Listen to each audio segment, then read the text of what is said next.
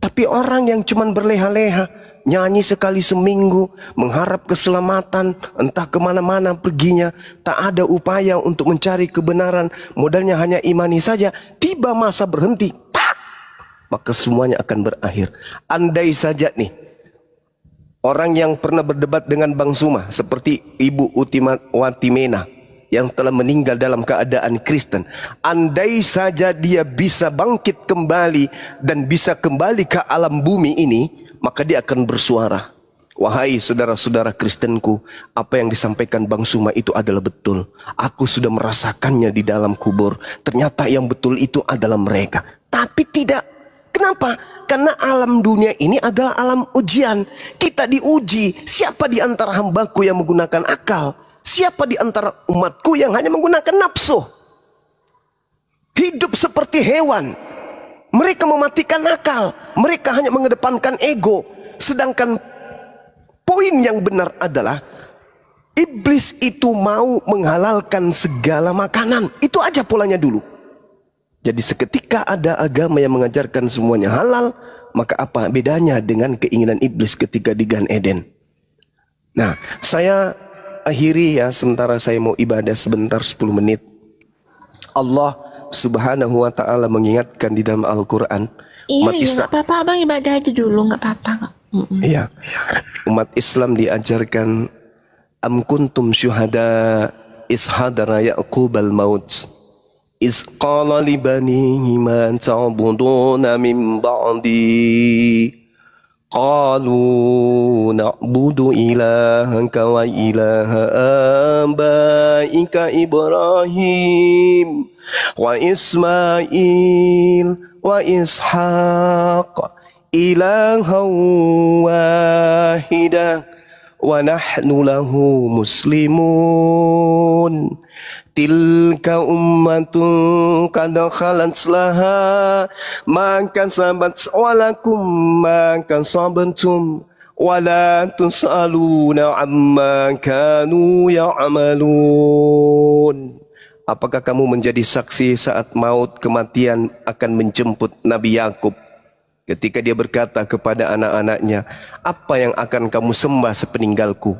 Anak-anak mereka kemudian menjawab, kami akan menyembah Tuhanmu dan Tuhan nenek moyangmu, yaitu nenekmu Ibrahim, Ismail, Ishak, yaitu Tuhan yang Maha Esa, dan kami berserah diri kepadanya. Kemudian ayat selanjutnya mengatakan, itulah umat yang telah lalu, baginya apa yang telah mereka usahakan, dan bagimu apa yang telah kamu usahakan, dan kamu tidak akan dimintai pertanggungan jawab tentang apa yang dahulu mereka kerjakan. Seperti itu sebagai penutup. Untuk sementara saya pamit ibadah, habis ini kita lanjut lagi. Ya, thank you teman-teman semuanya. Kasih. Ya udah, hati-hati ya Bang. Iya. Iya, makasih. Lanjut. Saya 15 menit insya Allah. Siap, Paman.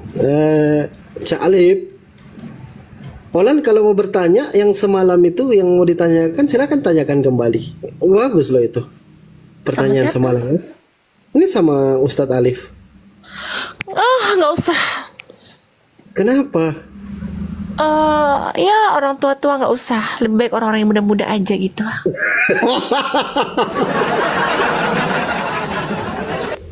Aduh, nanti tunggu Bang Zuma kau ya.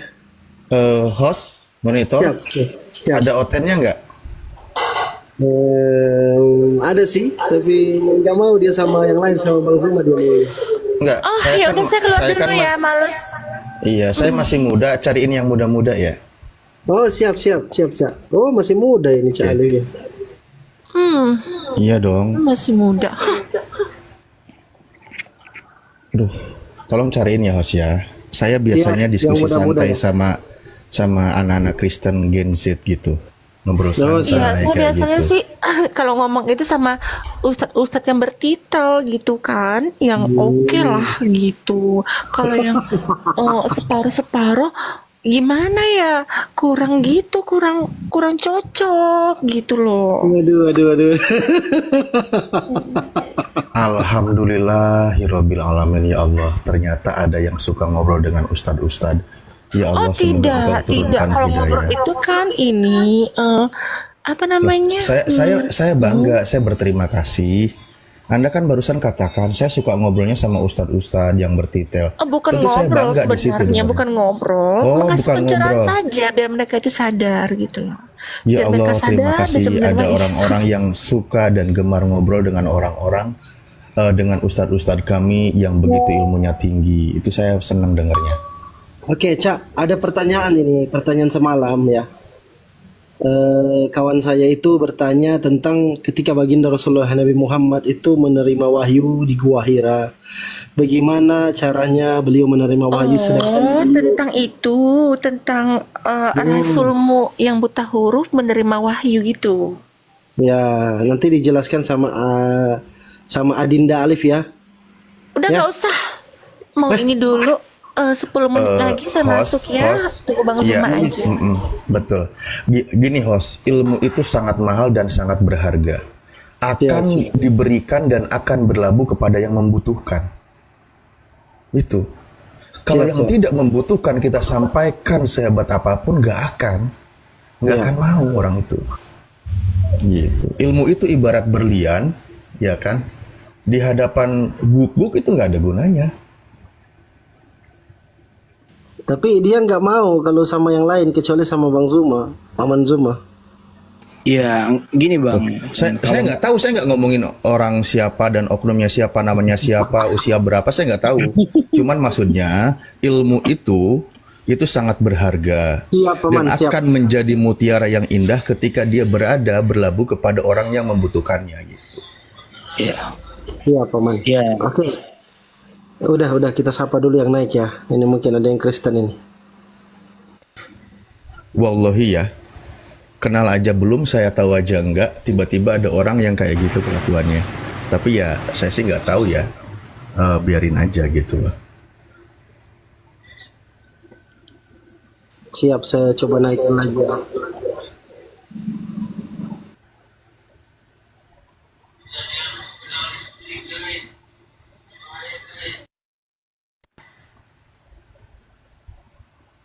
Saya baru dengar kali ini loh suara orang ini, nggak tahu siapa, anak muda, nenek-nenek atau siapa juga saya nggak tahu gitu. Iya serius, saya baru tahu, baru ketemu juga. Kurang menghargai aja sih dia Ustadz Alif. Karena kalau niatnya belajar itu bukan seperti itu. Gitu. Mungkin gini, Bang Jimen, buat dia itu sesuatu yang sikap menghargai kepada orang lain. Caranya seperti itu. Bisa jadi itu dari ajarannya, dari kebiasaannya, saya nggak tahu gitu. Makanya saya juga kan baru tahu, baru dengar suaranya, ya santai aja gitu loh. Iya.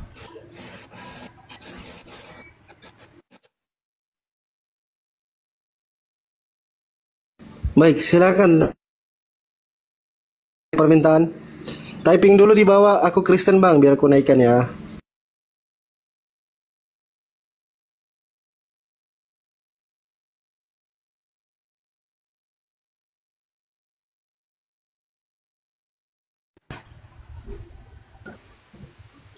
Oke, kita sapa lagi yang baru naik.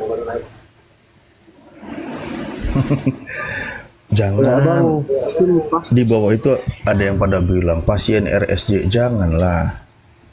Masa dibilang mau pasien rumah sakit jiwaku, kan nggak bisa. Aku aja nggak tahu. Ya silakan.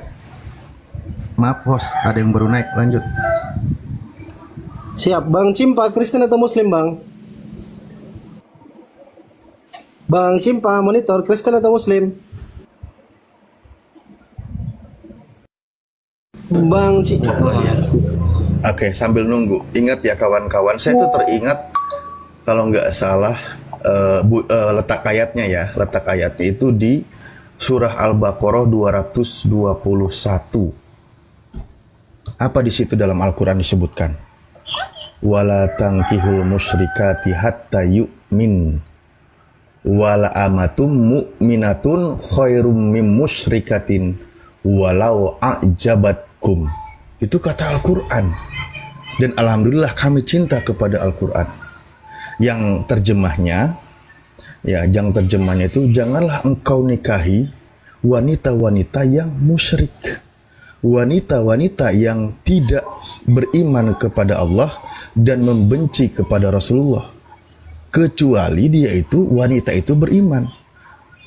Apa kualitas iman di situ? Di dalam Al-Quran disebutkan, wala amatum mu'minatun khairum mim musyrikati walau a'jabatkum. Kata Allah, seorang hamba sahaya nih, yang dipandang oleh manusia mungkin begitu rendahnya, di hadapan Allah itu khairum mim musyrikat, lebih baik, lebih mulia derajatnya di hadapan Allah daripada wanita-wanita musyrik, walaupun itu sangat mempesona buatmu. Itu kata Al-Quran. Jadi selagi mereka kalangan musyrik, apalagi yang membenci terhadap Rasulullah, membenci terhadap ulama, dan membenci terhadap syariat Islam, ya gak ada daya tariknya di hadapan orang-orang yang beriman gitu loh. Jadi makanya saya bilang santai aja gitu, kayak gitu ya. Malah dikatakan apa coba? Seorang hamba sahaya, wanita yang gelarnya hamba sahaya, yang sering diperjualbelikan pada masanya. Kalau kita lihat itu kan diibaratkan masa-masa perhambaan itu kan wanita yang atau siapapun ya, baik dari kalangan laki-laki maupun perempuan.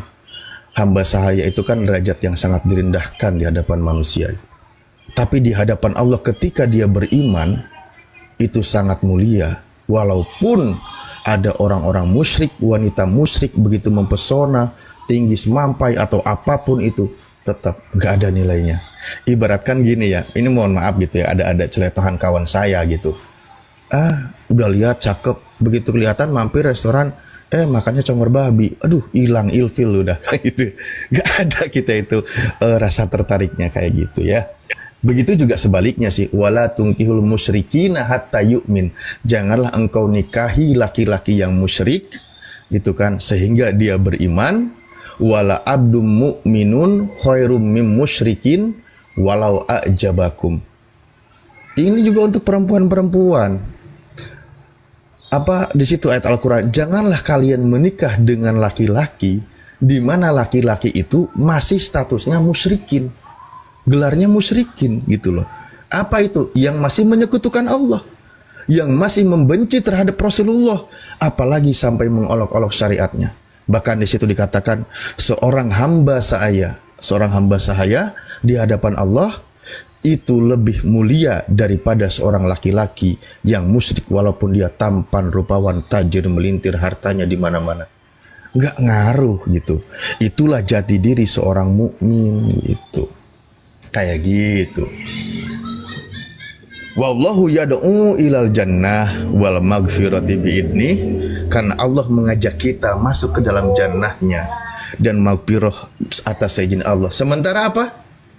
Mereka ulaika yad'una ilan nar. Mereka itu mengajak kita masuk ke dalam neraka, ke dalam jurang kesesatan, ke dalam kehinaan, kebinasaan gitu. Oke lah. Baik, saya izin sapa dulu. Bang Kuciang Kristen atau Muslim, Bang? Kuciang Santik. Dari tadi minta naik, Kristen atau Muslim? Ayo Bang, ngomong. Sekali lagi disapa. Banyak yang nyuruh saya open, kayak saya belum mandi, Mas. Gak usah lah, gak apa-apa. Gak usah. Duduk. Aki Fandi. Siap. Aki Fandi. Izin Silakan, bernarasi Aki. sedikit aja. Menghibur Aki Alif, Masya Allah. Kasihan. Demi Allah, ini aduh sampai lupa ucap salam. Assalamualaikum warahmatullahi wabarakatuh untuk para hamba yang ada di room, dan juga assalamualaikum warahmatullahi wabarakatuh untuk para hamba Allah yang ada di live komen. Aki Alif, Masya Allah, antum luar biasa. Antum dihina sebegitu sadisnya oleh kaum kafir, maka berbanggalah. Demi Allah saya merinding itu tadi. Cuman ini saja, anggaplah kesombongan mereka ini untuk memacu antum supaya antum lebih giat dalam berdakwah, menyampaikan risalah sebagai penyambung lidah Nabi. Itu saja. Sabarkan hati antum, ikhlaskan, dan itu akan menggugurkan dosa-dosa antum di masa lalu. Itu saja sih. Semoga Allah merahmati antum akhi. Allah panjangkan usia antum. Allah murahkan dari segala urusan. Allah murahkan dari apa yang antum Amin ya ucapkan. Allah ya Rabbal Alamin. Beserta seluruh keluarga, Allah ridho antum timbalkan jannah. Itu saja. Akhi Fandi, terima kasih sudah dinaikkan. Amin ya Allah ya Rabbal Alamin. Barakallah, Sebenarnya terima kasih. nggak ada apa-apanya ahi Musa. Dihinakan oleh kaum kufar itu nggak ada apa-apanya. Karena apa? Rasulullah sudah mencontohkan dakwah Rasulullah itu. Kita ini cuman istilahnya kalau baru sebatas kata gitu. Rasulullah itu ketika di Thaif sampai dilempari batu, dilempari kotoran sampai berdarah. Rasulullah nggak marah. Kalau orang kafir menghinakan mukmin, wajar mereka tidak beriman. Karena memang di dalam hatinya itu ada kebencian gitu kan. Jadi santai aja. Tapi kalau sampai dihinakan oleh Allah, kata Allah, "Fakhruj min tahtas samai", silakan keluar kau dari bawah langitku, silakan watahid robban siwai, silakan kau cari Tuhan selain aku. Diusir. Kalau sampai kalimat itu kebencian dari Allah diusir kepada kita, mau kemana kita pergi? Nah gitu. Nggak ada, santai aja hidup ini. Nggak ada juga yang menghinakan. Kalau begitu, nggak ada. baiklah kalau begitu saya pamit akhi ya. Semoga Allah merahmati antum-antum semua. Allah lapangkan hati antum semua ya. Itu saja sih doa saya. Berbanggalah ketika kaum kufar, kaum kafir mereka menghina antum-antum semua. Barakallah, terima kasih. Wassalamualaikum warahmatullahi wabarakatuh. Waalaikumsalam warahmatullahi wabarakatuh. Oke, Waalaikumsalam warahmatullahi wabarakatuh. Bang, aduh, kok turun? Bang Kadal, Kristen atau Muslim Bang Kadal? Silakan dibuka mute-nya Bang. Bang Kadal. Bang Kadal, monitor Bang. Ini panggilan ketiga nih Bang. Kristen atau Muslim? Baik. Silakan teman-teman Kristen kirim permintaan, tapi typing dulu di bawah. Bang, aku kafir Bang, aku Kristen. Biar kami naikkan, silakan. Bro admin silakan kalau mau naik.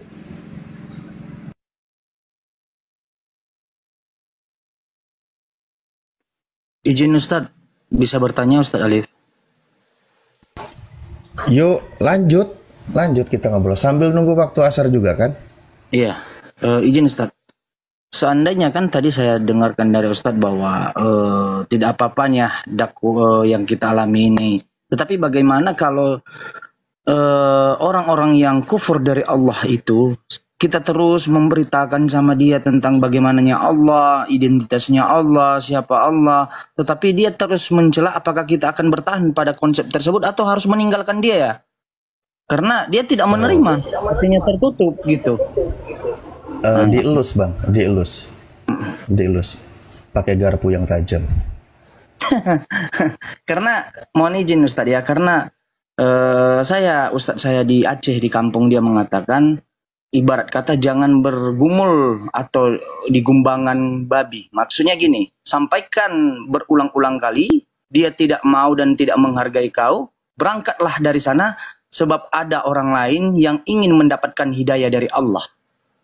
Gitu. Jadi kalaupun seperti akhi kita tadi, saudara kita tadi yang baru naik tidak menghargai bahkan menyerang secara pribadi, itu sangat-sangat disayangkan karena orang-orang yang belajar sama seperti saya, dia akan mendengarkan, dia akan mencari tahu, ya, baru dia akan merenunginya, bukan untuk mencelah, gitu. Saya lebih, mohon maaf, Akhi Fandi, saya lebih melihat itu adalah pansos. Karena orang-orang belajar, saya banyak menemukan orang-orang belajar. Saya di GBI 30 orang itu orang yang masih menyembah selain Allah, tapi mereka belajar itu bukan seperti itu caranya, gitu. Izin hanya menambahkan itu aja.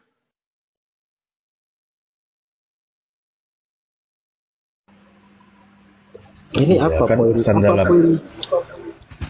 Bentar, Nggak bentar. apa-apa, Apa pesan. poin pembahasannya? Apa poin pembahasannya? Saya tidak paham. Dari pertanyaan saya tadi Ustadz, maksudnya ngalir aja, ambil Ini hikmah dan apa ini? Karena saya lihat typingan juga ada. Sebenarnya kenapa ini teman-teman ini? nggak ada apa-apa, santai aja. ini typingnya juga Nggak ada apa-apa loh. Kalau Olan, untuk Olan ya izin ya, Bro Jemen. Untuk Olan itu memang Olan tidak belajar dia. Cuman karena kami menghargai yoga adiknya, betul. ya, saya hanya menghargai yoga. Kalau bukan yoga, anak itu hari-hari saya maki karena mulutnya yang lancang. Wallahi demi Allah. Ada Bang Zuma sudah monitor. Silakan Kanda. Iya, lanjut Dinda. Udah. Dinda Alif. Udah Paman. Transaksi kita sudah aman kan ya? Siap Gurunda. Ada lagi Aman, transaksi baru? udah langsung. Udah, Tunggu dulu. alhamdulillah. Zaman, tunggu dulu. Tadi saya dengar ya dulu, Udah. si Zaman ini ngomong saya pansos. Tahu kau? Bukan aku yang pengen masuk room ini, tahu kau si panjang WA saya. Kau nggak masuk room katanya.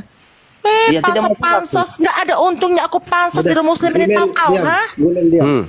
Nggak punya untung Pak aku Zuma, pansos di silakan room masuk, muslim Pak ini, Zuma. tahu kau? Kalau aku pansos, mungkin ku bikin akun asliku, bukan kayak gini, tahu kau? Pansos kau yang pansos, butuh koin kau. Kalau aku beli koin, tau kamu koin berapa? Kau sini aku diskusinya. Cepat on cam kau. Jimen. Setan beludak kau. Udah. Pansos, emakmu yang pansos, bapakmu yang pansos. Nias kau hantu. Biar suruh di bawah aja Bang Bapakmu Pandi, yang suruh di pansos. bawah dulu. Makan bapakmu. Bang Pandi. Nah, karena walaupun apapun poinnya mengatakan saudara seiman kami dikatakan sebagai syaitan itu, hati saya bergetar. Maaf ya para guru semua. Iya. Nanti kalau misalnya beliau sudah pindah ke Islam, itu kata-kata gitu itu hilang dengan sendirinya karena nggak cocok dengan seorang muslimah dengan lisan seperti itu. Assalamualaikum warahmatullahi wabarakatuh. Bang Zuma. Waalaikumsalam warahmatullahi wabarakatuh. Waalaikumsalam warahmatullahi wabarakatuh. Ya. Itu menyakitkan hati. Ya, tapi kita harus sadari bahwa dia itu berpakaian apa dulu. Pakaiannya yang kita lihat. Jadi kalau ada orang memaki-maki, lihat pakaiannya. Dia Ngapain kaget kan? Ngapain kaget? Memang mereka kayak gitu. Dia menggunakan kain kekafiran. Ya, jadinya seperti itu adanya. Bang Zuma, izin Siap. Bang Gurunda. Siap Bang. Saya pun hal yang sama dulu kita berdebat, kita maki-makian pakai akun yang lain, gitu. Wajar aja, saya terima tidak masalah, gitu. Tidak masalah. Dia mau ngatain saya apa tidak masalah. Tetapi selama dia tidak menghina tentang akidah, walillahi itu berbeda cerita, gitu. Tidak masalah. Itu Masya apa yang Allah. dikatakannya itu adalah secara manusiawi. Ya. Apa bedanya kita dulu Gurunda? Saya pakai akun fake, saya maki-maki Gurunda. Apa bedanya dengan ini? Betul. Sama aja ya. Iya, cuman Biarkan aja nggak apa-apa kan. iya, cuman tidak dipungkiri ya bahwasanya umat Islam itu kan ibarat satu tubuh, ketika satu yang dimaki yang lain pasti merasa gitu. Itu wajar lah. Kita doakan saja mudah-mudahan saudari Olan ini bisa sedikit berubah untuk tidak menggunakan narasi-narasi gereja ketika tampil di komal-komal Islam. Karena di Islam itu yang diutamakan itu adalah akhlak, adab, apalagi seorang wanita. Wanita itu makhluk yang paling mulia di antara seluruh makhluk yang pernah diciptakan Allah di muka bumi ini. Maka karena kemuliaan seorang wanita ketika dia menjadi seorang muslimah, maka lisannya terjaga, tata bahasanya, suaranya dan seterusnya. Ya, kalau sekarang kan dia masih kafir, sehingga kelewatan ketika beliau berbicara, nyakitin hati gitu ya. Takutnya kalau kita balik mengumpat, memaki, maka akan semakin keras hatinya. Tapi kita lihat kalau dia tidak berubah, ya gas. Illal ladina zalamu minhum, itu kita harus pakai. Kalau dia nggak berubah tabiatnya, wataknya tidak mau berubah kemudian, maka ya kita gaskan. Kita harus tegas juga. Kita harus tegas menyuarakan kebenaran itu seperti apa. Karena bentuk sayang kita ke orang-orang kafir yang hidup di dunia ini diberi oleh Allah segala sesuatunya, tetapi kemudian dia ingkar terhadap penciptanya sendiri. Maka kita harus tegas, meskipun sebagai seorang perempuan, kalau sudah diingatkan, sudah diberi arahan, sudah dinasehatin, sudah dilembutin, masih tetap juga bertabiat seperti babi seruduk tembok, maka kita harus tegas dan keras, meskipun seorang wanita. Seperti itu teman-teman sekalian. Lanjut. Insya Allah, Gurunda mantap. Ya, Iya Dinda. mungkin lanjut kalau tadi masih ada PR mungkin Gurunda sama yang bersangkutan. Saya juga memang tidak layak juga untuk terlibat. Ya kalau masih request atau ada request, monggo. Tadi kan katanya sempat break dulu. Iya, tapi kalau mau belajar silakan aja. Kalau tidak belajar, buat apa juga? Kita butuh yang mau belajar gitu. Kalau hanya untuk bermanja-manja, menampilkan sesuatu, ya seperti Jurais. Bagaimana Jurais? Kisah Jurais. Didatangkan seorang perempuan yang berlemah lembut, tapi ternyata hanya ingin mencelakai. Tapi kalau niatnya mau belajar, silakan. Mau sampai 24 jam pun kita layani. Seperti itu Dinda. Mungkin banyak Kristen yang lain yang masih mau belajar, silakan dinaikkan. Siap, sambil nunggu. Ini ada yang baru naik. Sahabat siapa ini? Ya, assalamualaikum. Waalaikumsalam. Iya, sholat dulu nih. Waalaikumsalam Warahmatullahi wabarakatuh. Tekun dulu mau sholat. Oh, siap. Iya. Oke. Ya, silakan teman-teman Kristen yang mau naik ya, kirim permintaan, typing dulu. Saya Kristen, biar kami naikkan. Alberto tadi kalau masih di bawah silakan naik.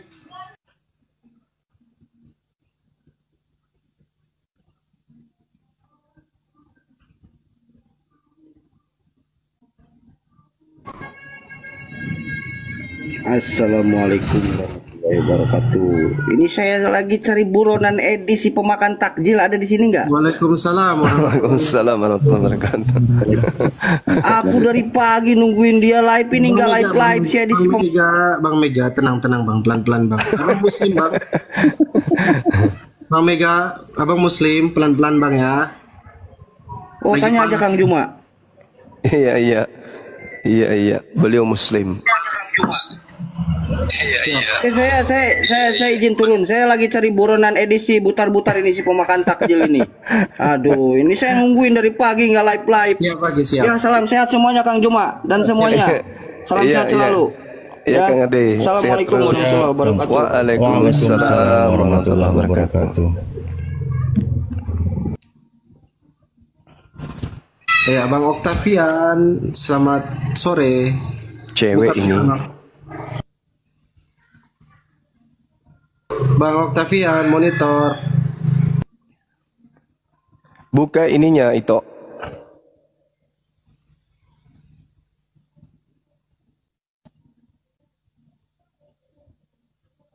Bang Octavian, panggilan terakhir bang. Oke ya, yang Kristen ya, teman-teman Kristen kirim permintaan.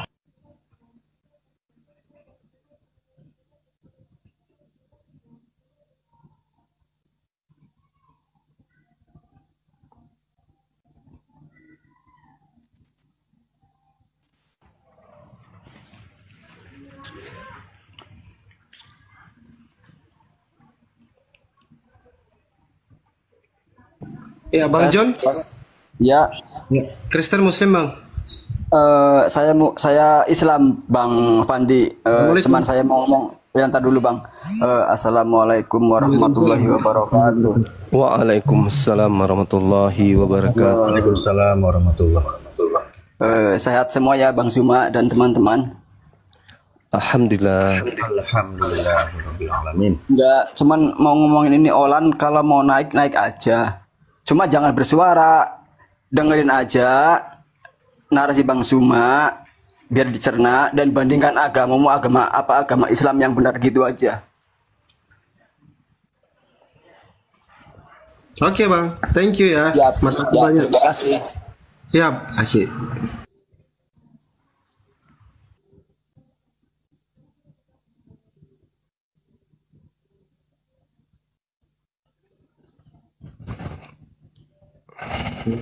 Pak Bupati, aduh, Pak Bupati naik. Ini Bupati mana ini? Bupati Goa kah? Pak Bupati. Bupati Bogor. Pak Bupati, selamat sore. Muslim atau Kristen, Bang?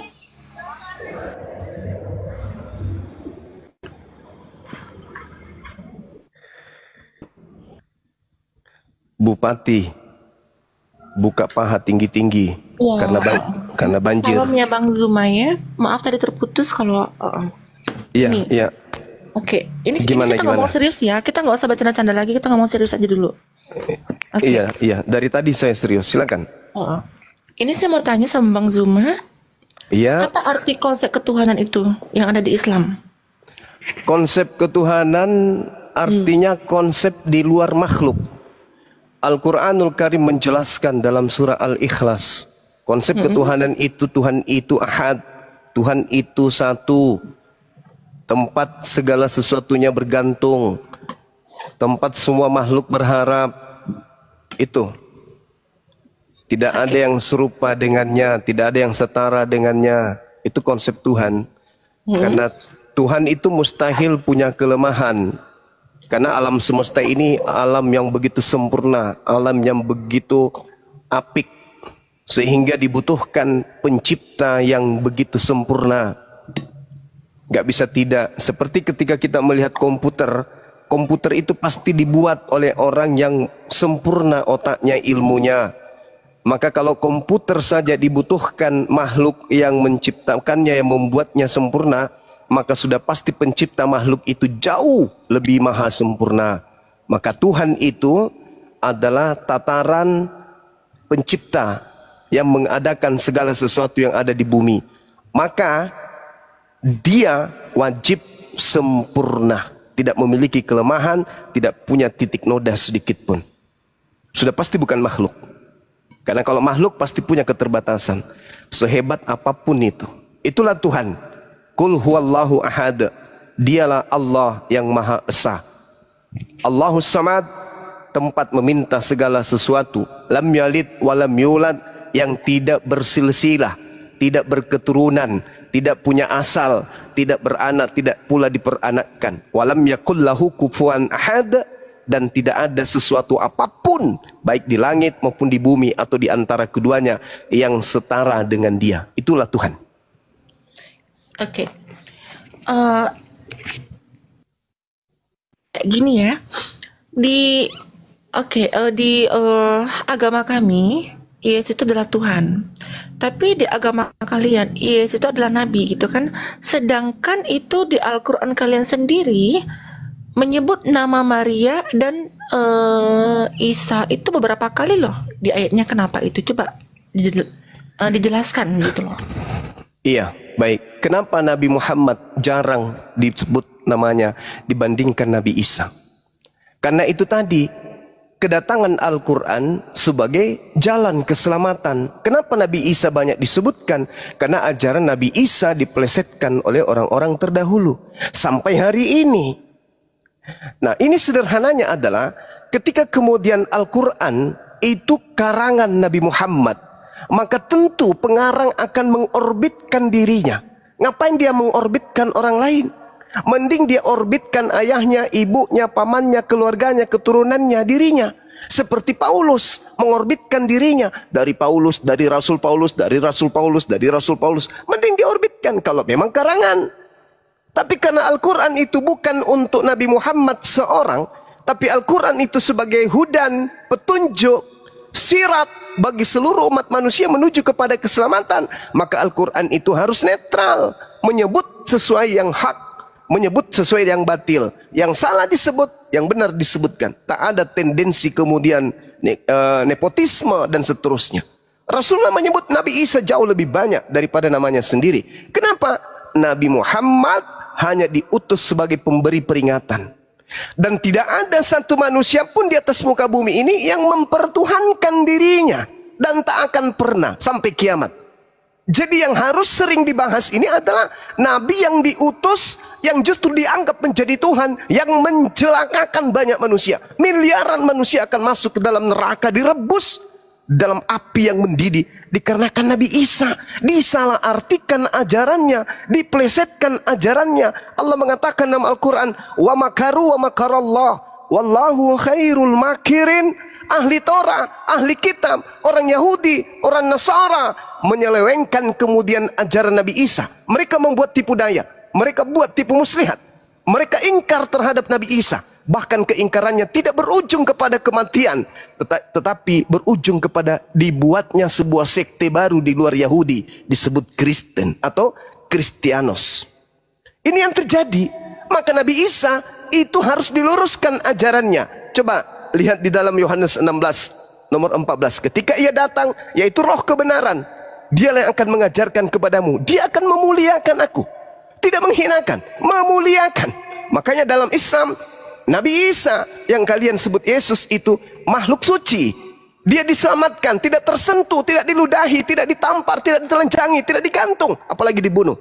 Beliau adalah makhluk terindah, makhluk yang suci, di dunia terkemuka, di akhirat terkemuka. Makanya kami nggak terima kalau Yesus kami, Nabi kami, Rasul kami, utusan Tuhan kami disebut terkutuk untuk dosa-dosa orang Roma.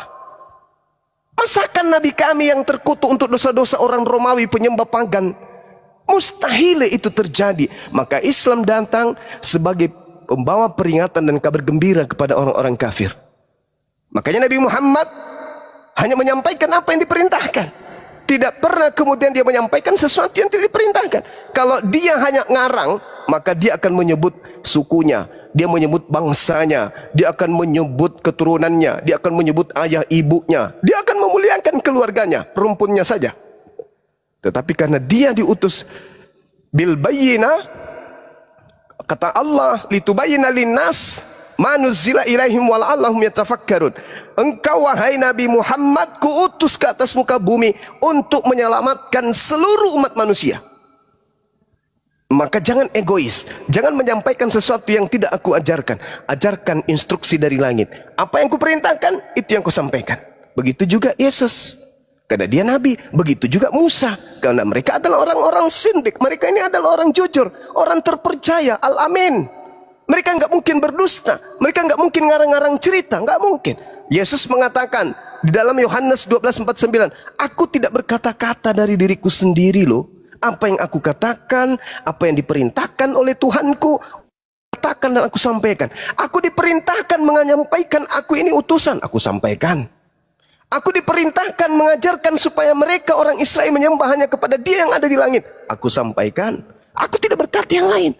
Aku perintahkan mereka menjalankan hukum Taurat. Aku ajar mereka melakukan sabat. Aku ajari mereka berpuasa. Aku ajari mereka bersunat. Aku ajari mereka salat, sujud.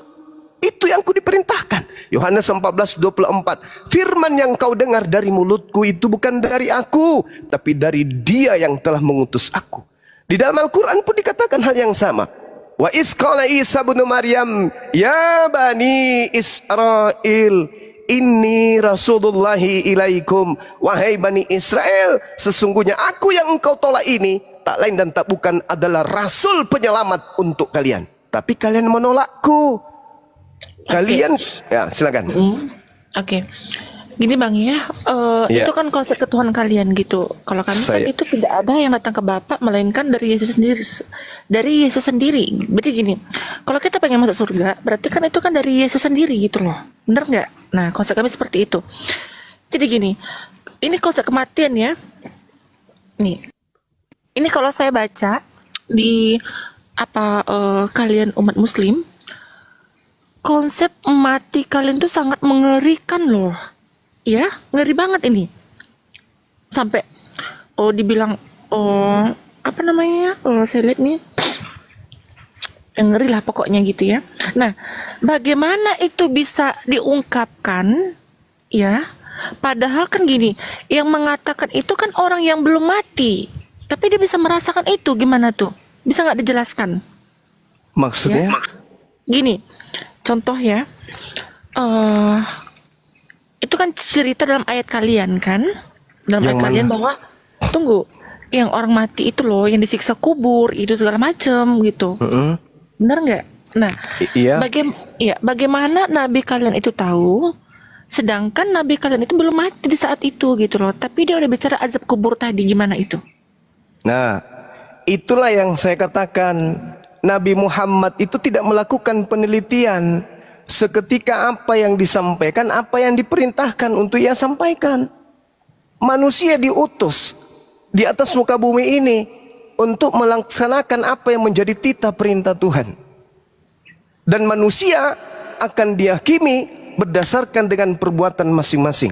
Itu di dalam kitab Kristen pun disampaikan begitu. Kitab Yahudi juga dikatakan demikian. Di Islam juga demikian. Coba lihat dalam Yohanes 5 nomor 29. Apa kata Yesus di situ? Manusia kelak akan dibangkitkan untuk apa? Untuk dihakimi berdasarkan perbuatan masing-masing. Itu, ya gini Bang, itu kan cuma dijelaskan pembangkitan tadi ya, pembangkitan tadi di hari itu. Kalau ini terus? kan kalau di agama kalian, nah itu kan kematian tadi itu kan seperti kematian ya, itu kan memang didetail kan. Detail kan, ada detailnya yang seperti dibilang kayak ditokok pakai palu, yang dibilang apa namanya itu, terus dia mati nanti lidahnya diituin gitu.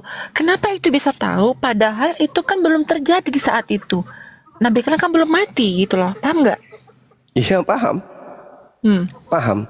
Gimana tuh? Nah, kan saya sudah bilang Nabi Muhammad itu berbicara tidak sesuai dengan penelitiannya. Dia berbicara sesuai dengan apa yang diperintahkan. Apa yang diperintahkan, jangankan yang ada di alam kubur, di dunia ini saja, apa yang diperintahkan, apa yang disampaikan, semuanya terbukti. Tidak ada yang keliru. Itulah bukti bahwa dia itu adalah utusan. Utusan siapa? Utusan yang maha mengetahui. Maka ketika Nabi Muhammad menyampaikan kabar, baik itu tentang kehidupan setelah beliau, kehidupan setelah kematian, dan kehidupan setelah bangkit dari kematian, itu semuanya betul. Itu semuanya benar. Kenapa dikatakan benar? Karena dia berkata bukan dari kehendaknya sendiri. Dia berkata sesuai dengan apa yang difirmankan oleh yang maha mengetahui untuk ia sampaikan. Maka diceritakanlah kemudian tentang kematian. Nah, sekarang kalau apa yang dikatakan itu adalah betul dan orang Kristen kemudian menolak itu, apakah berarti kebenaran itu batal? Adanya sisa kubur di dalam ajaran agama Islam, tapi kemudian di Kristen itu tidak dipercaya. Apakah menjadi batal? Karena orang Kristen tidak percaya alam kubur, begitu mati tidak ada siksa kubur. Karena umat Islam percaya adanya siksa kubur, begitu mati disiksa di kubur. Tak begitu. Tidak begitu. Yang namanya siksa kubur itu pasti ada. Meskipun Anda tidak menerima, nggak usah terlalu jauh deh. Coba aja dulu masuk ke kamar 1x1, berdiri di situ, berdiri di dalam situ, dikunci dari dalam. Siksa nggak? Ya siksa. Apalagi ditimbun 202 meter ke bawah, ditimbun bumi, maka tidak tersiksa. Tersiksalah. Pasti tersiksa itu. Apa yang bisa menyelamatkan kita kemudian? Amal kebajikan, amal soleh. Makanya Yesus mengatakan ketika ditanya dalam Matius 19, Guru, ya paman, apa yang bisa membuat aku selamat? Jangan membunuh, jangan bersaksi dusta, jangan ini, jangan itu, jangan ini, jangan itu, jangan itu. Artinya, untuk menyelamatkan manusia, ikuti instruksi perintah Tuhan. Kristen ada nggak melakukan perintah Tuhan? Tak ada. Perintah Tuhan mana yang dijalankan Kristen? Satu aja. Tak ada. Tak ada. Jadi kalau mati nanti, meskipun mereka tidak beriman kepada adanya siksa kubur, tetap saja kemudian disiksa dalam kubur. Mau tidak mau. Karena itu sudah kaidah, bukan keinginan kita yang terjadi, tetapi keinginan Tuhan yang akan berlaku, bukan keinginan kita. Kita menginginkan, kami pun Islam menginginkan, jangan ada siksa kubur dong. Tapi bukan kita yang punya kehendak. Coba Anda lihat di dalam kitab yang Anda pegang, Yesaya 14, 19, Mazmur 116 nomor 3. Siksa kubur itu ada. Siksa kubur itu ada. Asap maut telah mengelilingiku dan siksa kubur telah mencekamku. Aku menanggung kesusahan dan kedukaan. Mazmur 116 nomor 3. Siksa kubur itu ada. Tapi orang Kristen tidak mau peduli. Lah, sama seperti ketika Anda mengatakan, menurut orang Islam, minuman keras itu bahaya. Bisa membuat mabut. Tapi menurut kami orang Kristen, minuman keras itu tidak membuat mabuk, membuat senang, happy. Cobalah minum, mabuk. Meskipun Anda tidak percaya bisa membuat mabuk, tapi ketika Anda minum, mabuk. Begitu juga siksa kubur. Enggak, kalau kami di Kristen, begitu mati langsung surga. Itu maumu. Kami pun juga mau demikian. Tapi kaidah yang benar tidak seperti itu, Paman. Mazmur 116 nomor 3, asap maut telah mengelilingiku dan siksa kubur telah mencekamku. Aku menanggung kesusahan dan kedukaan. Makanya alam kubur itu alam siksa, alam kesusahan, alam kedukaan. Tadi saya sudah mengatakan alam penyesalan. Kenapa dikatakan alam? Berarti cuman gini ya, berarti itu gini. Berarti cuma ada siksaan, berarti tidak ada janji surga ya gitu. Gitu ya. Ini masih di alam kubur. Jadi di Islam itu ketika misalnya saya meninggal dunia, masuk ke alam kubur, alam barzah namanya, alam maut, alam tempat berkumpulnya ruh. Ruh orang yang sudah meninggal.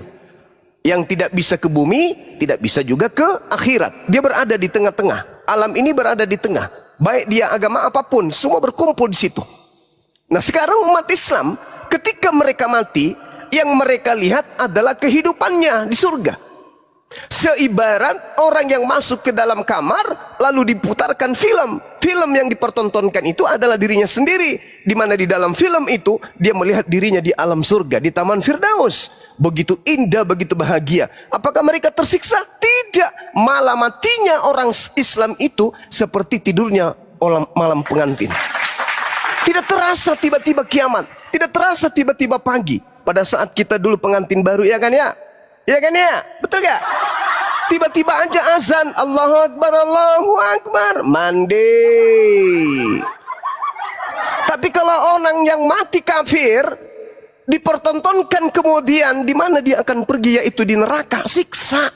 Cobalah masuk ke kamar, kunci dari dalam, putar film horor. Bukankah umatnya Rasul kalian itu yang terakhir masuk surga? Kata siapa? Kata siapa? Umatnya Nabi Muhammad yang pertama masuk surga. Tidak ada umat masuk surga sebelum umatnya Nabi Muhammad. Yang terakhirlah yang pertama masuk ke surga, yaitu baginda Rasulullah Muhammad sallallahu alaihi wasallam. Nah, sedangkan Kristen mau kemana? Dihalang oleh Yesus yang asli. Matius 7 nomor 22, nomor 23. Dihalang. Sedangkan di Islam apa? Innalladzina amanu. Innalladzina amanu. Apa? Sesungguhnya manusia yang berkata innallaha, sesungguhnya Allah itu adalah Tuhanku, maka dia akan dimasukkan ke dalam surga. Gimana ayatnya itu, Dinda? Surah Al-Baqarah, Al-Anfal ayat 38 ya. Itu jelas, itu diterangkan seperti itu. Barang siapa yang berkata Allah adalah Tuhanku dan dia teguh memegang perkataannya, maka dia akan dimasukkan ke dalam surga. Al-Quran surah Ar-Ra'd ayat 23. Al-Baqarah juga ada, Bang. Al-Baqarah juga ada, Masya Allah. Itu jelas itu. Surah Al-Mu'minun, kad aflahal mu'minun. Beruntunglah orang-orang Islam yang mukmin, yang salat, yang zakat, yang tidak berzina, yang tidak berdusta. Mereka lah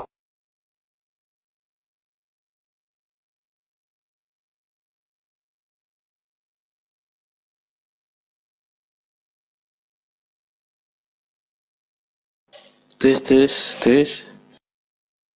Bang, suaranya hilang, Bang. Signal Bang Juma. Iya. Jadi kita masing-masing punya warisan. Umat Islam warisan surga, umat Kristen warisan neraka. Masing-masing kitab kita mengatakan itu. Bagaimana Yesus mengusir orang Kristen yang memanggil dia Tuhan, bernubuat, bermujizat, mengusir setan pakai nama Yesus? Diusir oleh Ya, Yesus. Oke.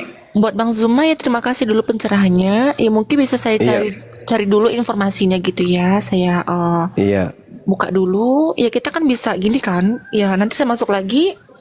Oke. Kita berdiskusi lagi. Ya oke. Oke, sip. Oke. Belajar lagi. Oke, silakan. Silakan mungkin teman-teman yang lain. Waktu dan tempat silakan kami. Selamat sore Bang Zuma. Sore Bang Aritonang. Boleh saya bertanya? Boleh, silakan.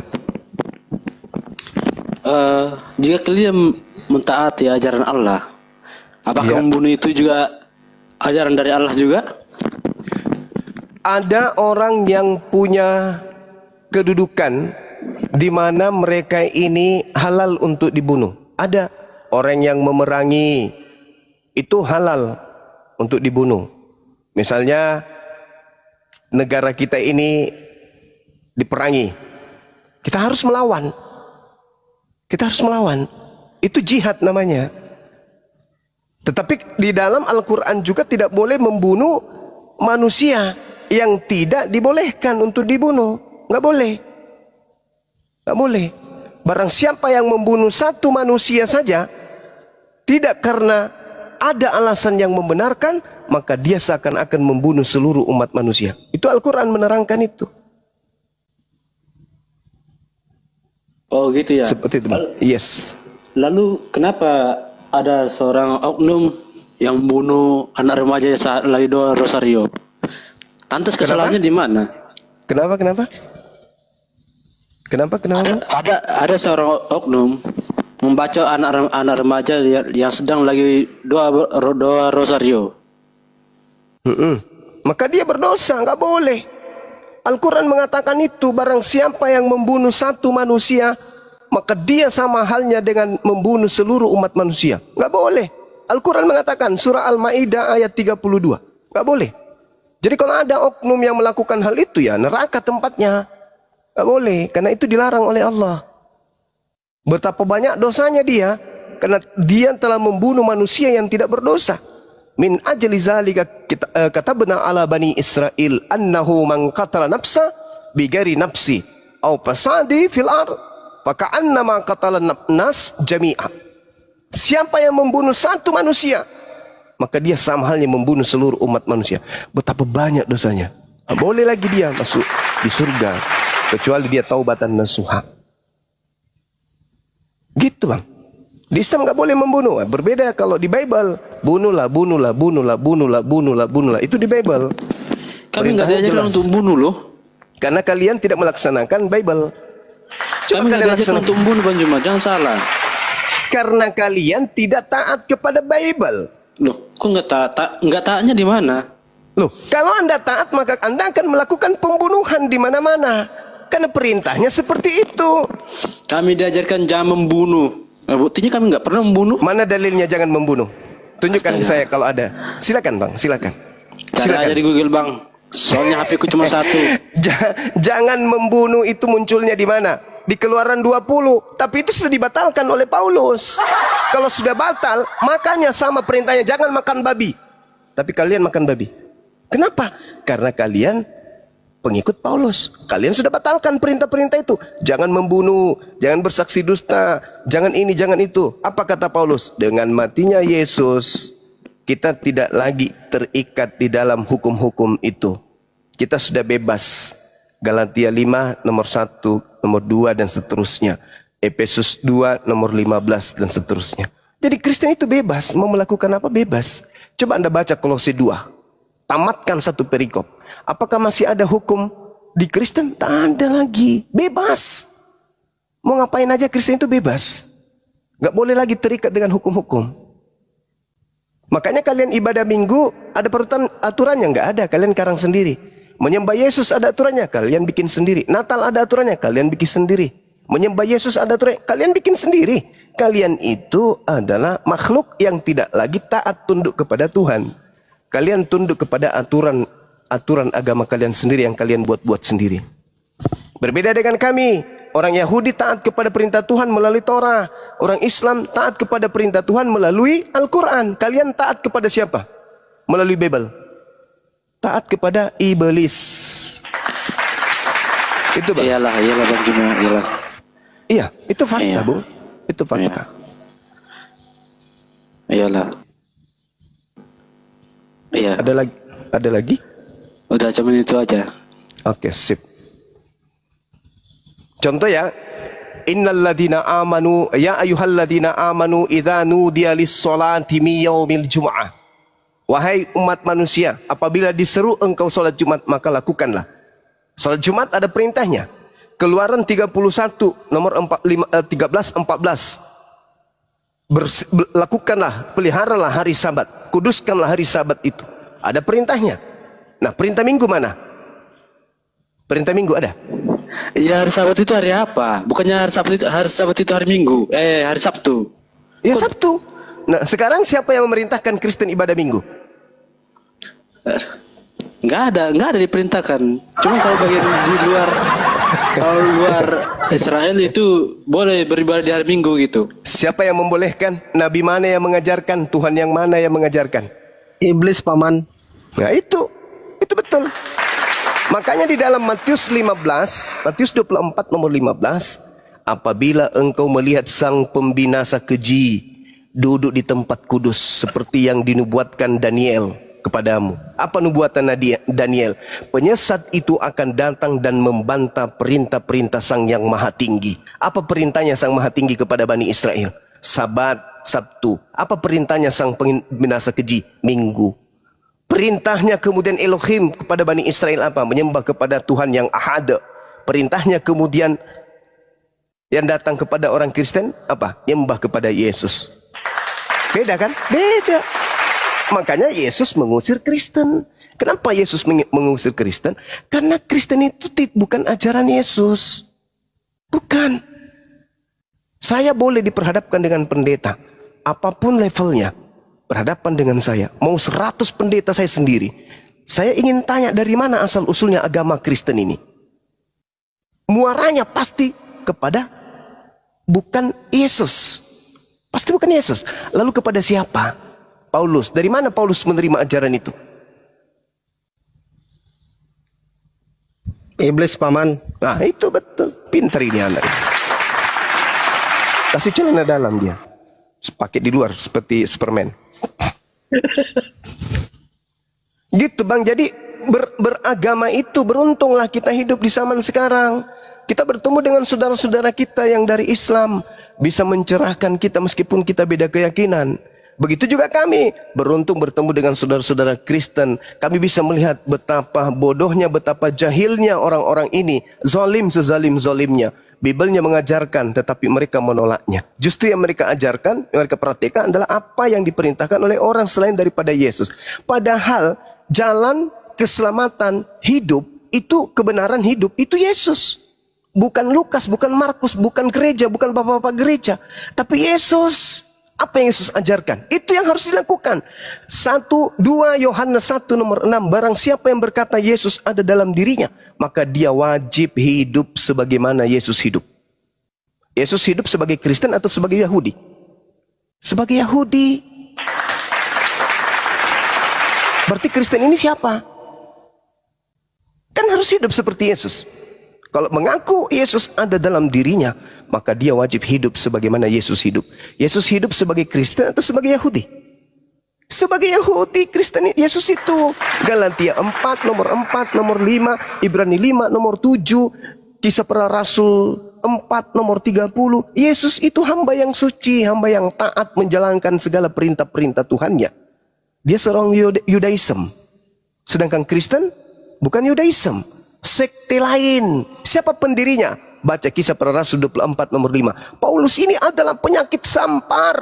Dialah yang telah menyesatkan banyak orang Yahudi di tengah-tengah bangsa yang asing di seluruh dunia. Dia adalah tokoh dari agama Kristen. Jadi kalau di dalam kota Turki, ya, dikatakan di dalam Kisah Para Rasul 11 nomor 26 di Antioquia, Turki, pertama kali pengikut di situ disebut Kristen. Itu pengikut siapa? Pengikutnya Paulus, bukan pengikut Yesus. Karena ingat, Paulus sendiri yang menerangkan di dalam Galatia 2 nomor 8. Apa kata Paulus? Petrus diutus untuk apa? Penginjilan kepada orang-orang yang bersunat. Sedangkan aku diutus sebagai rasul kepada orang-orang yang tidak bersunat. Nah, tuh. Berarti Petrus mendirikan jemaat mula-mula yang diserahkan oleh Yesus kepadanya sebagai jemaat apa? Bersunat atau tidak bersunat? Jemaat bersunat. Jemaatnya Pauluslah yang tidak bersunat. Sekarang pertanyaannya, bolehkah orang yang tidak bersunat masuk ke dalam bait suci? Tidak boleh. Mana dalilnya? Yehezkiel 44 nomor 9. Haram hukumnya orang yang tidak bersunat masuk ke bait suci atau bait Allah atau baitullah. Nggak boleh. Harus bersunat. Sedangkan Paulus diutus kepada orang yang tidak bersunat. Dia malah dia tegaskan dalam Galatia 5 nomor 2. Barang siapa yang bersunat, maka Yesus Kristus tidak berguna baginya. Maka Kristen diajarkan untuk apa? Diajarkan untuk tidak bersunat. Ini ajaran siapa? Sedangkan perjanjian kekal Allah dengan Abraham dan keturunannya adalah bersunat. Paulus mengajarkan jangan bersunat. Tuhan mengajarkan bersunat. Yahudi bersunat, Islam bersunat, Kristen berkulub. Lalu Kristen ini setelah mati mau kemana bawa kulubnya? Sedangkan Wahyu 21 nomor 27, orang yang tamek, najis, tidak boleh masuk ke dalam surga. Sedangkan yang disebut najis, baca Yesaya 52 nomor 1. Yang disebut najis adalah orang yang tidak bersunat kulub. Dosa orang-orang Israel semua diampuni oleh Allah. Kecuali satu. Apa itu? Memasukkan orang najis ke dalam bait suci. Di mana tertulis? Yehezkiel 44 nomor 6, nomor 7, nomor 8. Semua keingkaranmu yang lalu-lalu telah aku hapuskan. Tetapi ada satu kemungkaran yang tidak bisa aku hapuskan. Di antara seluruh kemungkaranmu, yaitu kau memasukkan kemudian orang-orang najis tidak bersunat ke dalam bait suciku. Jadi Kristen ini nanti mau kemana? Pantaslah Yesus mengusir. Nyahlah daripada. Kami bagaimana mau ke surga ngikut Yesus? Bagaimana mau ke surga? Bang Yesus menghalang. Jangan lewat. Kalian siapa? Bukankah Matius 7 menghalang? Matius 7 nomor 22 sampai 23. Tahe. Baca. Itu dalil, Bung. Itu dalil. Itu di kitab Anda sendiri yang mengatakan itu. Pada hari terakhir nanti banyak orang memanggil aku Tuhan. Tuhan, Tuhan. Ya paman, bukankah kami bermujizat pakai namamu, mengusir setan pakai namamu, bernubuat pakai namamu? Apa kata Yesus? Pada saat itulah aku Yesus akan berterus terang kepada mereka, wahai Kristen, enyahlah daripadaku, aku tidak mengenal kalian. Kalian semua adalah pembuat kejahatan. Loh. Ada nggak tertulis di situ wahai Kristen, enyahlah kalian dari hadapanku? Ada nggak tertulis dalam kitab? Lalu yang memanggil Yesus Tuhan siapa? Kalau bukan Kristen? Kami. Ya. Kalian kan siapa? Kristen atau Tuhan Hindu? Yesus kan bukan cuma Tuhannya Kristen. Siapa bilang? Itu kan Tuhan Yesus kan hanya cuma itu Tuhan Yesus kan Tuhannya seluruh umat manusia. Kata siapa? Kata siapa? Kata kita semua. Iya, kata kamu. Yesus aja tidak menuhankan Yesus. Yesus menuhankan Allah. Yesus menuhankan Allah. Yesus menuhankan hakikat yang maha suci lagi maha tinggi. Tidak menuhankan anak Maria. Hanya orang Kristen ini yang muncul belakangnya menuhankan anak orang. Itu tertulis loh bang, tertulis di kitab saudara. Makanya di Al-Quran dikatakan, wa idza husiran nasu kanu lahum ibadatihim, kanu lahum a'da, makanu bi ibadatihim kafirin. Pada hari terakhir nanti orang akan dihimpun, orang dikumpulkan nanti setelah kiamat. Apa yang mereka sembah akan menjadi musuh bagi mereka, dan pemujaan yang mereka lakukan akan ditolak dan diingkari oleh dia yang dia sembah. Nah, Yesus mengingkari. Yesus menjadi musuh kalian. Kalian mau ke surga, Yesus menghalangi. Mau kemana, mau kemana, mau kemana? Bukankah kami bernubuat pakai namamu? Mengusir setan pakai namamu juga ya Yesus. Apa kata Yesus? Yang ngajarin siapa? Enyahlah daripadaku, kalian semua adalah pembuat kejahatan. Apa nggak sedih digituin? Berharap. Enggak juga lah, buat ngapain kamu sedih? Loh, Anda diusir, masa nggak sedih? Buat apa kami sedih, Bang Juma? Sekarang gini aja. Suatu saat Tuhan Yesus akan datang ke dunia ini untuk menghakimi seluruh umat manusia. Udah. Salah Jelas. Anda. Salah Anda. Salahnya di mana Bang Juma? Anda baca Yohanes 8:42. Yohanes berapa? Yohanes 8 nomor 42. Oke, bentar. Ya, baca. Yang keras. Kalau perlu sampai 40 rumah dengar di tetangga Anda.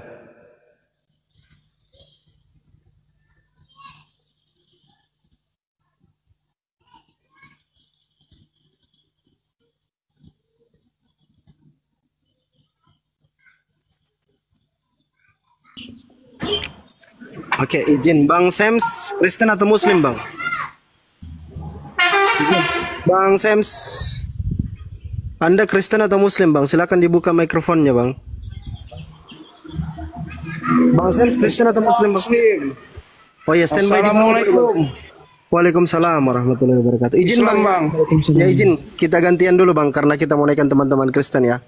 Mohon maaf Bang Sems. Ya Assalamualaikum. Bang, izin Bang. Ya, silakan. Sebentar ya Bang, saya ingin menyapa Bang Juma aja. Assalamualaikum Bang Juma. Waalaikumsalam warahmatullahi wabarakatuh. Izin Bang, saya fans Abang tadi. Saya selalu mengikuti Abang. Jadi saya cuma ingin menyapa Abangnya dan tim-tim apologet Islam. Selamat berjuang Bang. Assalamualaikum. Waalaikumsalam warahmatullahi wabarakatuh. Bangsa. Yohanes berapa tadi Bang Juma? Yohanes 8 ayat berapa? Yohanes 8 nomor 42. Di situ Yesus berkata, aku datang bukan atas kehendakku sendiri. Endingnya di mana? Anda kan mengatakan dia akan datang menghakimi seluruh manusia. Endingnya di mana? Yohanes 12:48. Itu endingnya. Barang siapa yang menolak aku dan tidak menerima perkataanku, dia sudah ada hakimnya, yaitu firman yang telah kukatakan, itulah yang akan menjadi hakimnya pada akhir zaman. Jadi yang dihakimi Yesus, apakah seluruh umat manusia? Tidak. Dia datang hanya untuk Bani Israel. Dia menyampaikan firman hanya untuk Bani Israel. Jadi yang dihakimi nanti hanyalah Bani Israel. Bukan menghakimi saya.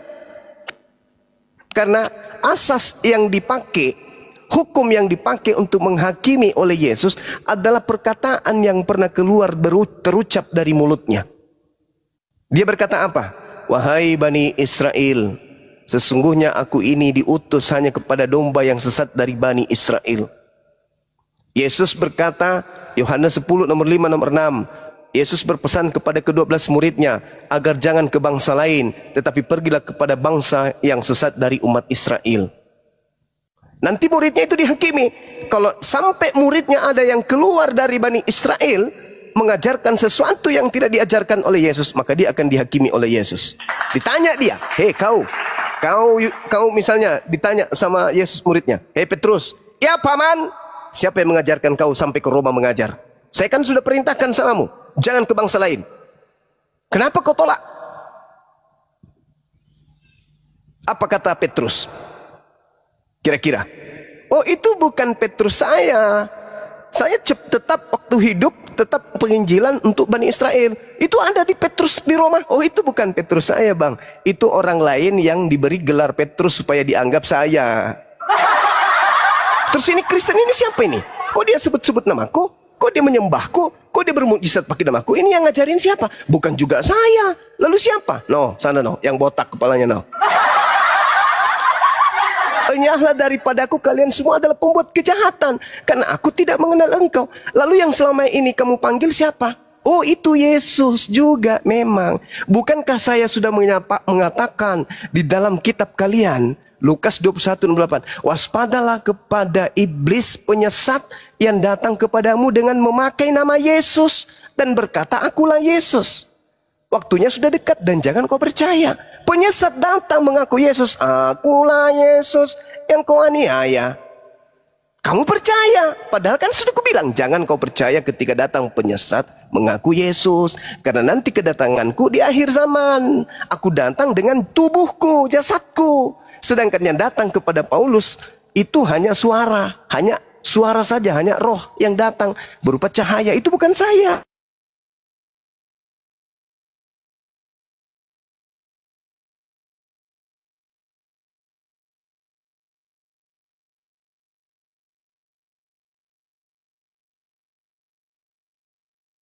setia. Bukan ajaranku. Di mana pernah muridku kusuruh menyembahku? Di mana pernah muridku kusuruh ibadah minggu? Di mana pernah muridku kusuruh makan babi? Di mana pernah muridku kusuruh jangan bersunat? Hah, ada? Enggak ada. Orang-orang Yahudi muridku bersunat semua. Tak ada yang makan babi.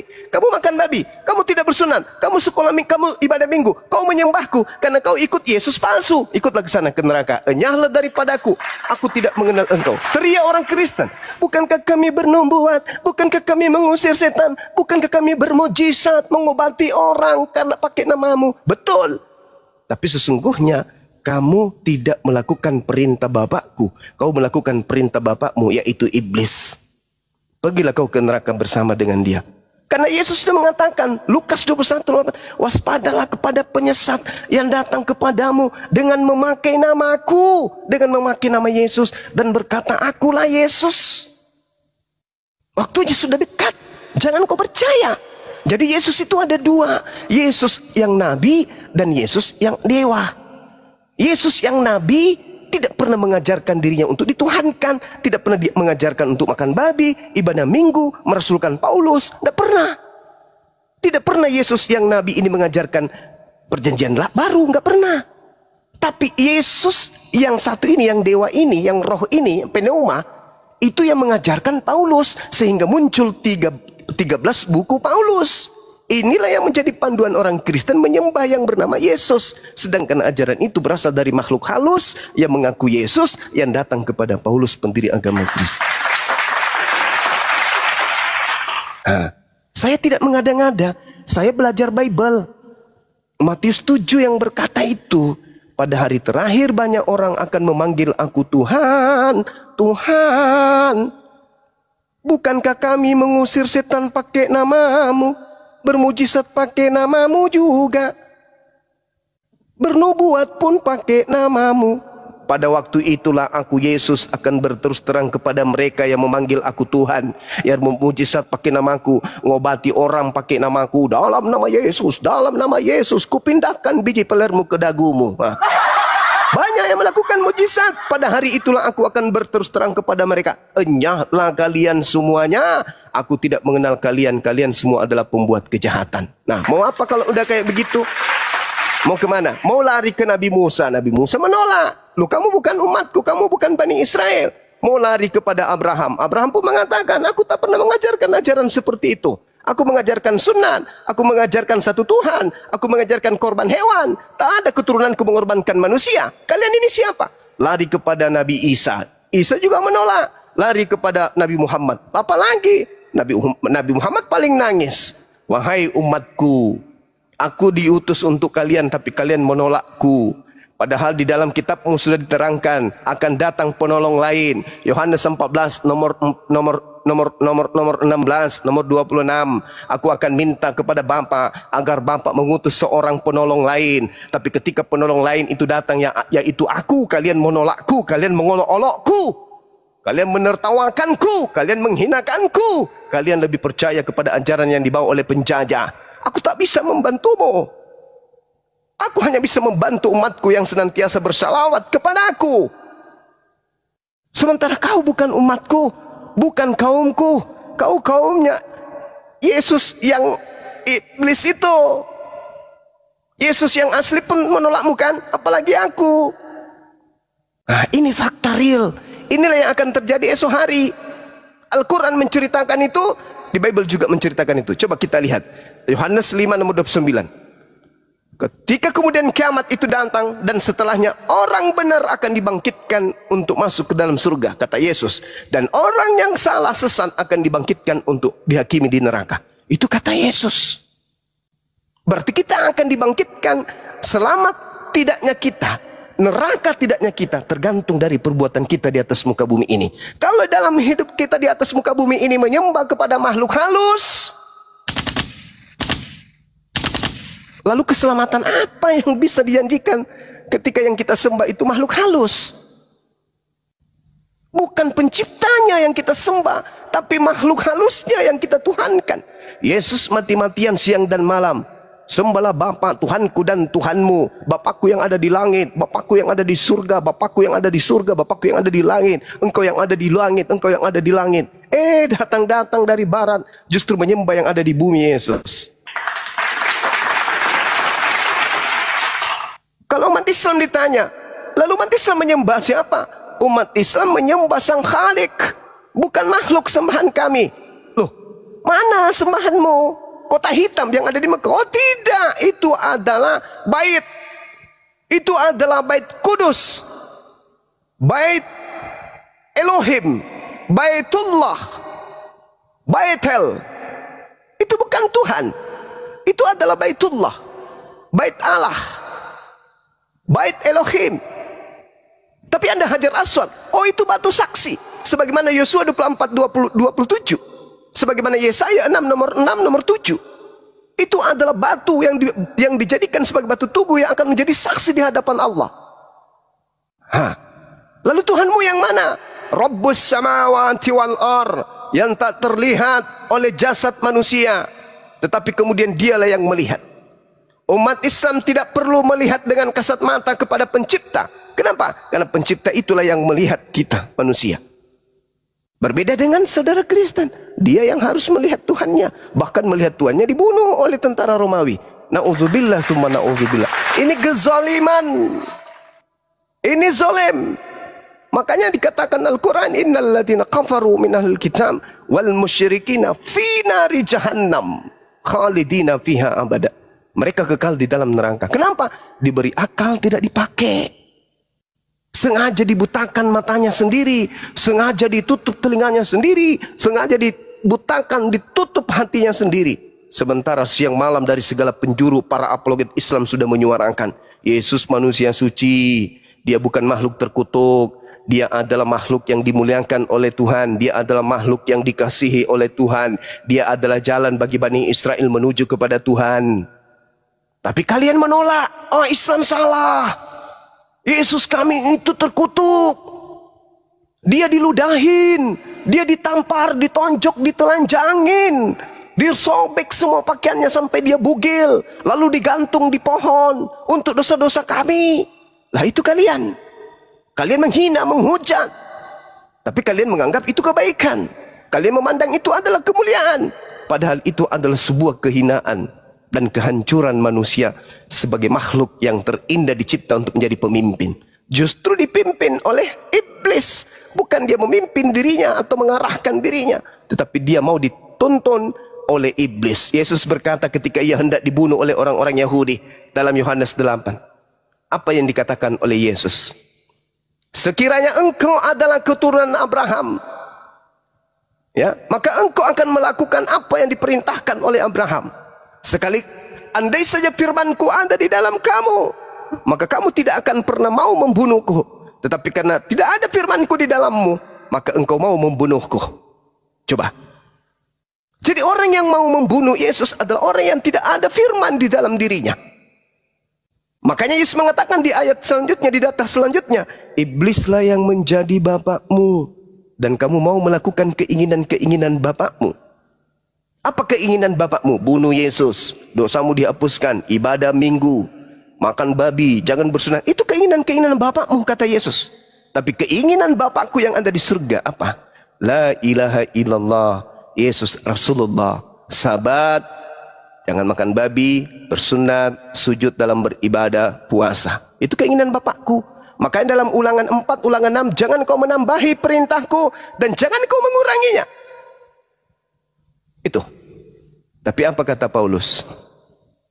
Dengan matinya Yesus di atas tiang salib, dia telah membatalkan segala perintah, dia telah membatalkan hukum Taurat beserta segala perintah yang ada di dalamnya. Mengurangi enggak itu? Mengurangi. Perintah Tuhan bisa nggak dikurangi? Nggak boleh. Kalau dikurangi melanggar nggak? Melanggar.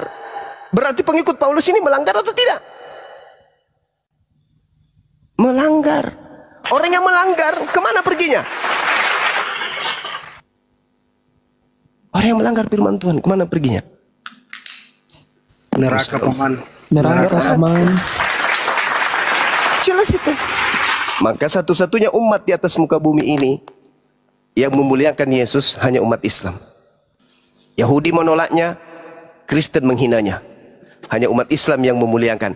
Yohanes 16 nomor 14, ketika ia datang, yaitu penolong lain itu, dia akan memuliakan aku. Satu-satunya agama di atas muka bumi ini yang memuliakan Yesus hanya Islam. Yahudi menghinakan, dianggapnya anak zina yang direbus di dalam neraka di atas tinja yang mendidih. Kristen, jangankan di neraka, jangankan di bumi, jangankan di surga, di akhirat, di dunia pun Kristen sudah menghinakannya. Dia adalah manusia yang terkutuk dengan jalan terkutuk di atas salib demi untuk dosa-dosa orang barat. Dihinakan. Tapi kalau umat Islam alaihi salam, Nabi Isa alaihi salam, atasnya keselamatan, atasnya keselamatan. Coba, indahnya Islam itu. Makanya kami umat Islam lah pengikut Yesus. Sementara Kristen itu adalah anti Yesus, anti Kristus. Itulah Kristen. Oke, silakan. Boleh aku bertanya lagi? Silakan. Gini, jika Tuhan Yesus adalah Nabi Isa, ya. Di mana Nabi Isa lahir dan di mana Tuhan Yesus lahir? Iya, baik. Kalau kita berbicara mengenai kelahiran, sama seperti Bang Suma. Ada yang mengatakan saya lahir di kota Palopo, ada yang mengatakan saya lahir di desa Monte Carlo, kota terkecil di Mesir Timur. Ada juga yang mengatakan saya lahir di Makassar. Apakah perbedaan-perbedaan ini menyebabkan orang yang memandang Bang Suma lahir di Palopo adalah melahirkan Suma yang lain, dan orang yang mengatakan Bang Suma lahir di Kairo adalah Bang Suma yang lain? Tidak. Tapi dalil kita. Beda lah. Ya, mana ada beda? Bang Suma cuma satu. Jelas beda Bang Juma. Abang Bang Suma cuma satu. Bang Suma cuma satu. Tapi ada yang mengatakan saya lahir di Kairo, ada yang mengatakan saya lahir di Dubai, ada yang mengatakan saya lahir di Makassar. Apakah kemudian saya menjadi tiga? Karena adanya cerita-cerita yang berbeda. Ceritanya cuma satu. Lalu mana cerita yang paling akurat? Yang bersumber dari Yang Maha Menyaksikan. Yang menciptakannya siapa? Yang di langit. Yang di langit yang mengabarkan. Kalau yang di data kitab kalian, yang menceritakan itu adalah wartawan. Kira-kira yang di langit dengan wartawan-wartawan lepas ini, akurat mana pemberitaannya?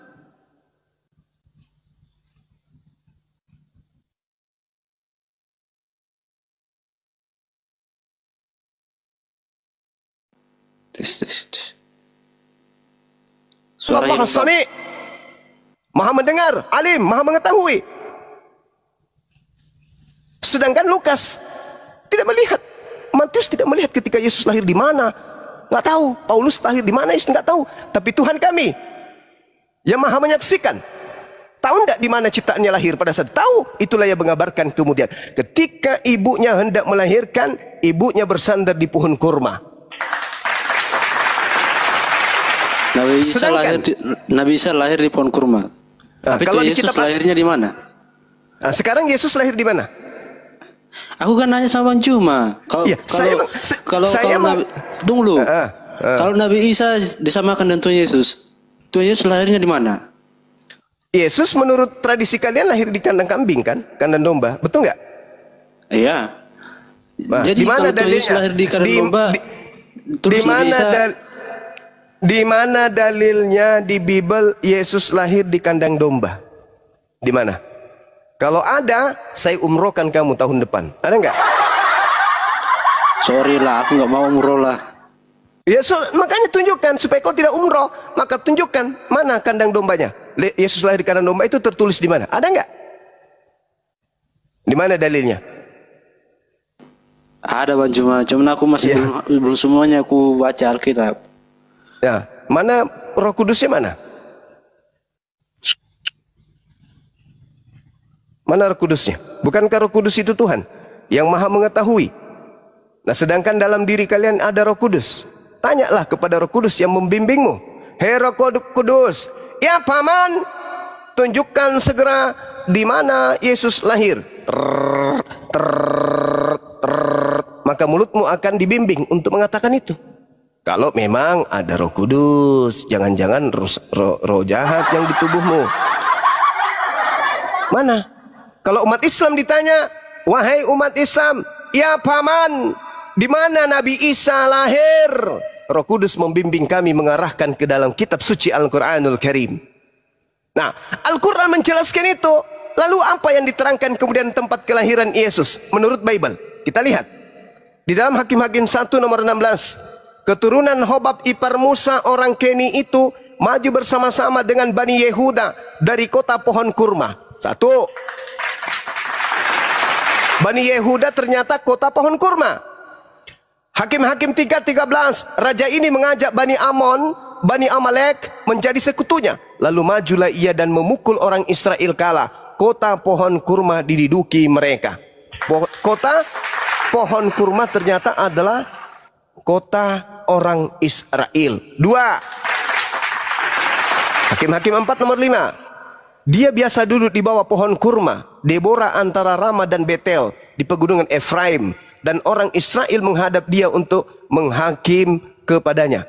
Ternyata di pegunungan Efraim itu adalah kota kurma. Kemana Yesus sembunyi ketika dia hendak dibunuh oleh orang-orang Yahudi? Baca Yohanes 11 nomor 54 atau 55. Yesus atau 56. Yesus kemudian menghindar dari orang-orang Yahudi dan pergi ke sebuah padang gurun bernama Efraim. Ternyata Efraim itu dikenal dengan kota pohon kurma. Keempat, terlalu banyak. 2 Tawarik 28 nomor 15. Dan orang-orang yang ditunjuk dengan disebut namanya bangkit, lalu menjemput para tawanan itu. Semua orang yang telanjang mereka berikan pakaian dari rampasan itu. Orang-orang itu diberi pakaian, kasut, makanan dan minuman. Mereka diurapi dengan minyak.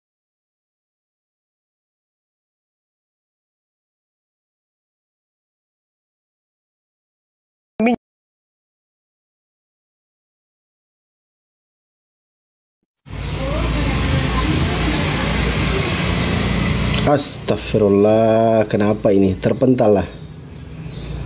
Astagfirullah. Sorry. Kenapa? Ngelek. Enggak rungkat ngelek. Aku hadir lagi, Paman. Allahu Akbar. Masya Allah. Sorry, kesalahan yang tidak di ini. Iya. Jadi berdasarkan tempat kelahiran, rupa-rupanya tempat yang bersejarah yang disebut pohon kurma, kota kurma itu adalah tempat Yesus. Sedangkan kalau kita minta di tradisi Kristen, mana dalilnya Yesus lahir di kandang domba? Mana? Kalau ada, Ari Tonang saya umrohkan bulan depan atau tahun depan. Ada nggak? Ada nggak? Yang keenam, Nehemia 8 nomor 16. Dan bahwa di semua kota mereka dan di Yerusalem harus disampaikan berita dan pengumuman yang berbunyi, pergilah ke gunung, ambillah daun pohon zaitun, daun pohon minyak, daun pohon murad, daun pohon kurma. Kenapa aku diturunkan? Aku kan belum selesai. Artinya bahwa tempat kelahiran Yesus itu dikenal dengan kota kurma. Yesus mau tidak mau, lahirnya bukan di kandang domba, tapi lahirnya di area pohon kurma. Subhanallah. Silakan ada bantah. Ya, Bang Zuma, kita ngomong Iya. Tadi saya udah buka Bible atau cari tahu lah gitu kan? Iya. Iya. Ini tentang konsep ketuhanan tadi ya? Iya, silakan. Iya, ada kebingungan sih, kebingungan. Kebingungan itu gini. Ya kalau di kalian itu kan Tuhan itu tunggal ya. Di kami pun juga tunggal sebenarnya gitu. Cuman kan gini. Roh Allah tadi itu ada pada Yesus gitu. Ada pada Yesus sendiri gitu kan. Nah berarti kan dirangkup 3 jadi dirangkup 1, berarti 1 gitu. Nah, yang bikin bingung saya itu gini loh. Tunggu, yang bikin bingung itu gini. Ya, ketika di salib, terus apa kan ini, ya Allah kenapa kau tinggalkan aku gitu kan berarti. Nah, bingung itu di situ gitu. Ada kebingungan gitu loh. Bisa bantu menjawab? Iya, jadi gini, kalau dalam Al-Quran, dalam surah Al-Maidah diterangkan kemudian terkait dengan penyaliban. Al-Quran menjelaskan nih, tolong dicermati baik-baik ya. Ini Al-Quran datang belakangan menjelaskan tentang apa yang terjadi pada masa lampau. Selayaknya perjanjian baru datang menjelaskan apa yang terjadi ribuan tahun pada masa Nabi Musa. Nabi Musa dijelaskan kemudian oleh ajaran Yesus. Ajaran Yesus dijelaskan kemudian oleh ajaran Nabi Muhammad. Mereka memiliki bos yang sama, yaitu Allah yang Maha Suci lagi Maha Tinggi. Al-Quran mengatakan apa?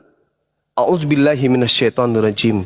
Innama jazaa'ul ladina yuharibuna Allah wa rasulahu wa yas'auna fil ar fasada au yuqattalu au yusallabu au tuqatta'a aydihim dan seterusnya. Hukuman bagi orang-orang yang memerangi Allah dan memerangi Rasulnya, utusannya. Seperti Nabi Musa dimusuhi, Abraham dimusuhi, dan juga membuat kerusakan. Hukuman bagi orang-orang ini yang membenci bapak ataupun anak di dalam kaidah Kristen itu adalah salib. Al-Quran menjelaskan itu. Yang memusuhi, yang memerangi Allah dan memerangi Rasulnya adalah salib. Itu dalam Al-Quran. Bagaimana kitabnya Nabi Musa? Apakah sama? Sama. Tertulis di mana? Ulangan 21, nomor 22, nomor 23. Apa kata dalilnya kitabnya Nabi Musa di situ? Dikatakan bahwa apabila ada orang yang melakukan dosa yang sepadan dengan hukuman mati. Coba. Berarti dia adalah orang yang berdosa. Apabila ada orang yang melakukan dosa sepadan dengan hukuman mati, lalu kau gantung dia, jangan kau biarkan mayatnya semalam-malaman. Sebab orang yang dikutuk oleh Elohim, jangan kau biarkan mayatnya menyentuh tanah yang diwariskan Elohim kepadamu. Berarti Al-Quran mengatakan yang disalib ini adalah pendosa. Iya. Kitabnya orang Yahudi juga mengatakan yang disalib ini adalah pendosa. Nah sekarang pertanyaannya, apakah Yesus seorang pendosa? Iya, tunggu. Berarti konsepnya gini. Berarti konsepnya Yesus itu menyembah Tuhan kalian gitu. Iya betul. Jelas itu. Tuhan itu cuma satu. Makanya kalau saudara Kristen mencari Tuhan umat Islam, mana Tuhan yang umat Islam itu? Carilah Tuhannya Yesus mana? Cari Tuhannya Musa mana? Cari Tuhannya Abraham mana? Kalian tidak akan pernah bisa menemukan. Tapi Tuhan kami maha melihat, maha mendengar. Nah, kalau Tuhannya Kristen cari, banyak ada di pinggir-pinggir di tiang-tiang rumah, nempel-nempel. Itu ada Tuhannya Kristen. Tapi Tuhannya Nabi Musa tempel di mana? Digambarkan di mana fotonya Tuhannya Nabi Musa? Ditempelkan di mana fotonya Tuhannya umat Islam? Tak ada. Karena Tuhan menurut Yesus tak ada yang bisa melihat. Yohanes 5 nomor 37. Musa juga demikian. Keluaran 33 nomor 20. Tak ada yang bisa melihat. Begitu juga Al-Quran mengatakan laisa kamitslihi syai'. Tuhan itu tidak bisa dilihat karena Tuhan itu tidak serupa dengan makhluk. Jadi kenapa Tuhannya Yesus Kristen bisa dilihat? Karena sejatinya yang dituhankan itu makhluk, roh. Nah, itu yang aku cuma bentar. Silakan. Aku izin pamit dulu soalnya aku mau ke gereja. Iya, silakan Bang, silakan. Ya. Salam sama pendetanya. Salam dari Bang Suma bilang. Iya. Permisi ya, Bang Juma. Iya. Jangan dulu Bang Aritonang. Jangan kau tinggalkan dulu aku Bang. Sini dulu. Kok kerja sore? Pergi kau. Aritonang, kenapa kau tinggalkan aku begitu harusnya kan? Hari Minggu itu Yesus menggembalakan domba. Hari Sabtu baru ke gereja, kalian ke balik. Nah, kenapa kemudian Yesus teriak Eli Eli sama Sabaktani? Itu sebenarnya hanya cocokologi yang diambil dari kitab Mazmur. Itu cocokologi. Tidak ada hubungannya. Yesus itu tidak pernah memanggil Tuhannya dengan panggilan Eli. Yesus tidak pernah ditinggalkan oleh Tuhan karena dia adalah orang yang dikasihi. Mazmur 37 nomor 28 29. Tuhan tidak akan pernah meninggalkan orang yang dikasihi. Sementara yang ada di Mazmur berapa itu teman-teman? Mazmur 2 ya? 22 ya? Ya, berarti kan konsepnya gini Bang. Konsepnya itu Tuhan, berarti Yesus sendiri itu menyembah Tuhan kalian gitu kan? Nah, betul. Iya, memang. Yesus menyembah Allah yang maha suci lagi maha tinggi. Bukankah Yesus itu Allah? Allah itu gimana? sendiri. Oh, tidak bisa. Karena Allah itu bukan makhluk. Bilangan 29 nomor 13. Allah bukan manusia dan bukan anak manusia. Yesus manusia dan Yesus anak manusia. Bagaimana bisa dia Allah?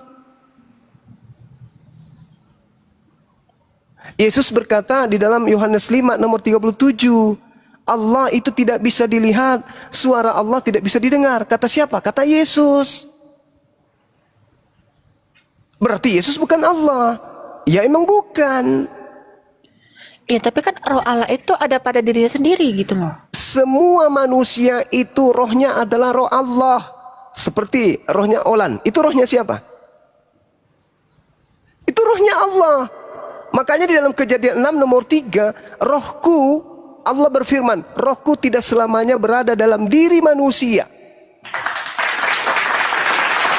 Berarti roh yang ada pada diri kita ini roh Allah. Makanya kita hidup. Karena pada diri kita ada biasan daripada esensi yang maha hidup. Coba kalau ruh keluar, mati kita. Kenapa kita bisa hidup? Karena bias percikan yang maha hidup itu ada pada diri kita berupa roh. Kalau roh dicabut, mampus.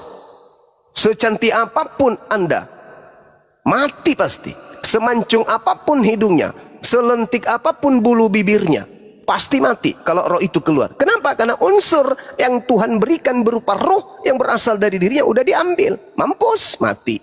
Jadi roh yang ada pada diri kita itu adalah roh Elohim. Kejadian 6 nomor 3. Coba, Anda tahu roh Anda? Anda tidur sama roh. Anda makan bersama roh. Anda keluar ke bumi bersama dengan roh. Tidur bersama dengan roh. Tak sedetik pun Anda pernah berpisah dengan roh. Barang yang paling dekat dengan diri Anda itu adalah roh Anda. Tetapi Anda tidak mengenalinya kan? Rohnya seperti apa wujudnya? Seperti apa bentuknya? Kayak mana dia? Ada di dalam tubuh Anda. Tapi Anda tidak mengenalnya. Itulah yang disebut eksistensi ketuhanan. Orang berakal akan tahu Tuhan itu ada. Buktinya saya ada. Tuhan itu ada. Buktinya saya hidup. Dengan ruh Allah saya hidup.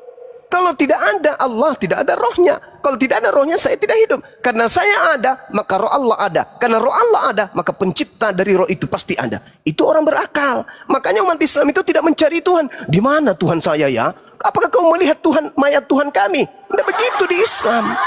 Karena Tuhan itu sudah menitipkan, hei makhlukku yang berakal. Yes, aku kasih kode, aku kasih simbol padamu ya, keberadaanku nih.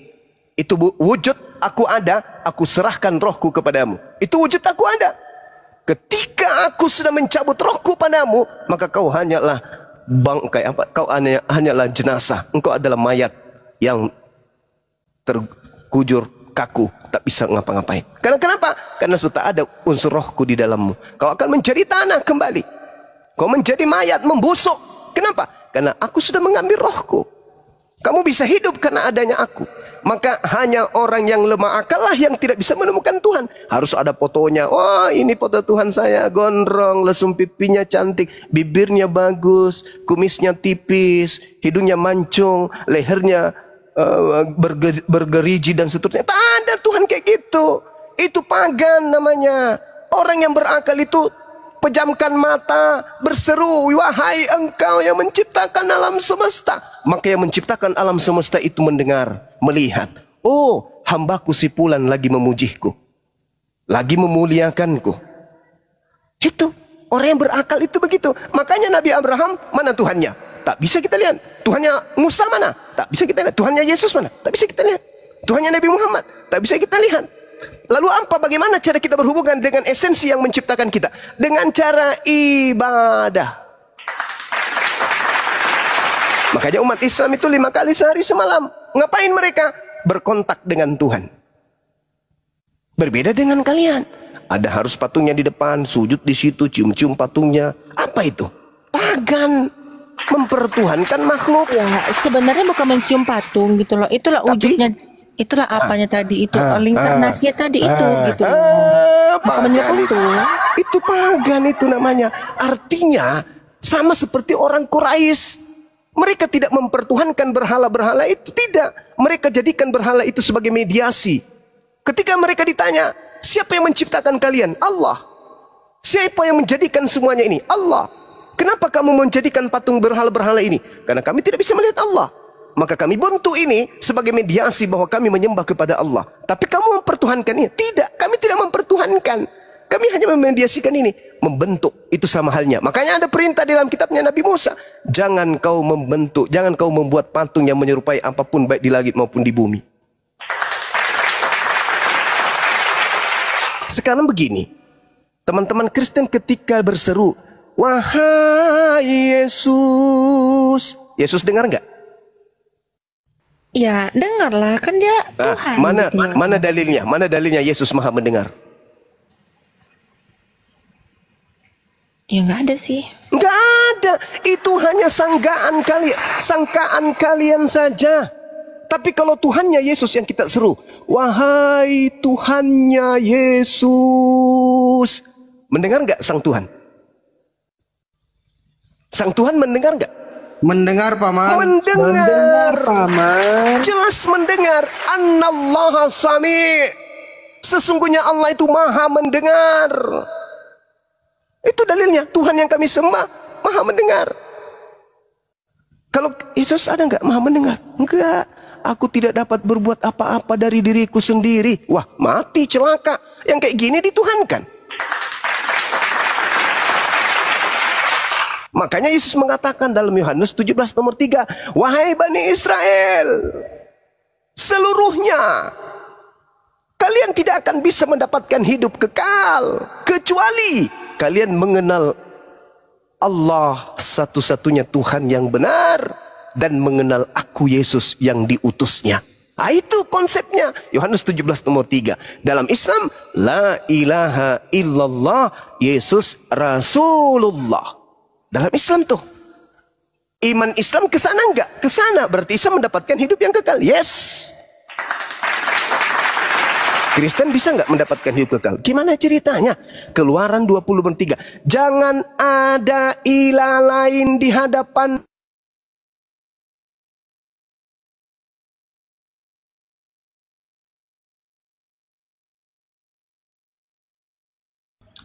Tes, Paman.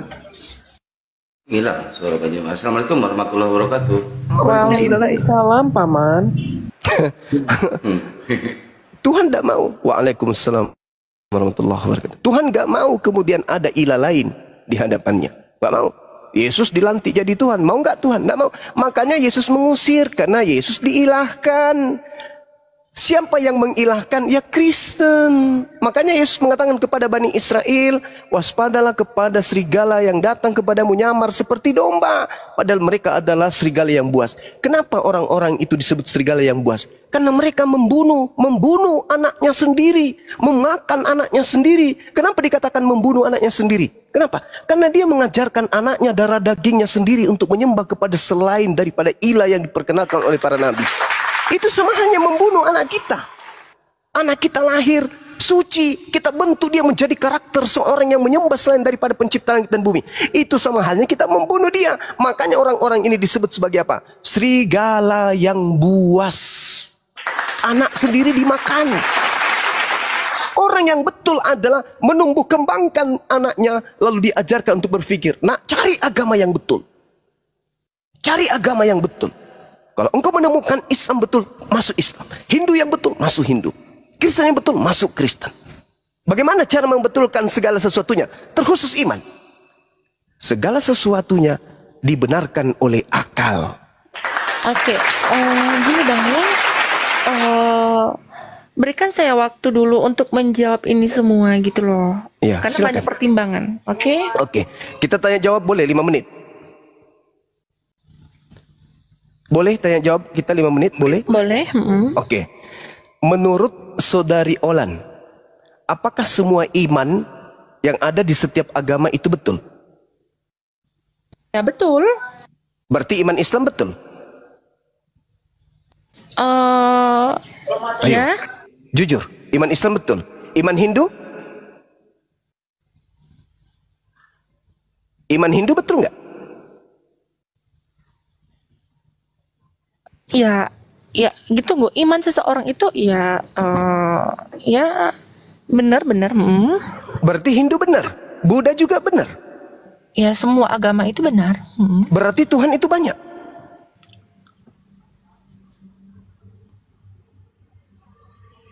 Iya ya. Iyalah. Kalau kami Islam tidak. Yang paling benar adalah Islam. Iman di luar Islam itu buta.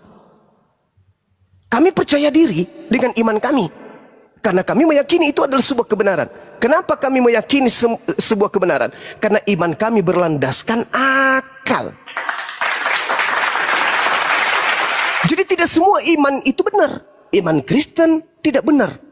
Iman Hindu tidak benar. Iman Buddha tidak benar. Iman yang benar hanya Islam. Kenapa demikian?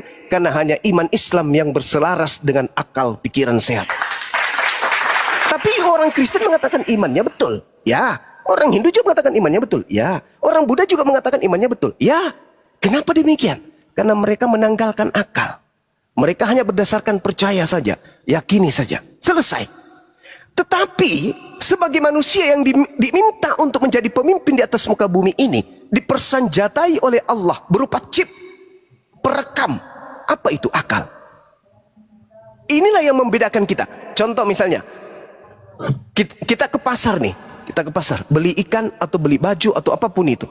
Yang kita pakai untuk memilih mana yang terbaik adalah akal, bukan perasaan. Dirabalah ikan itu, oh ini kayaknya rasanya bagus, ini bagus.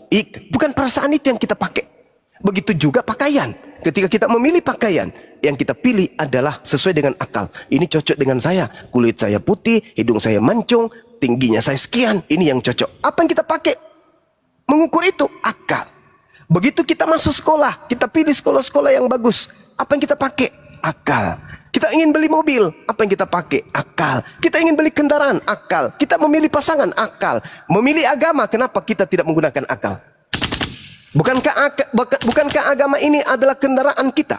Selamat tidaknya kita nanti setelah kematian di dunia ini adalah penentu. Kenapa giliran akal kita tidak pakai? Kenapa giliran agama kita tidak pakai? Kenapa? Karena iblis itu bekerjanya di situ. Ada nggak iblis bekerja ketika kita memilih baju?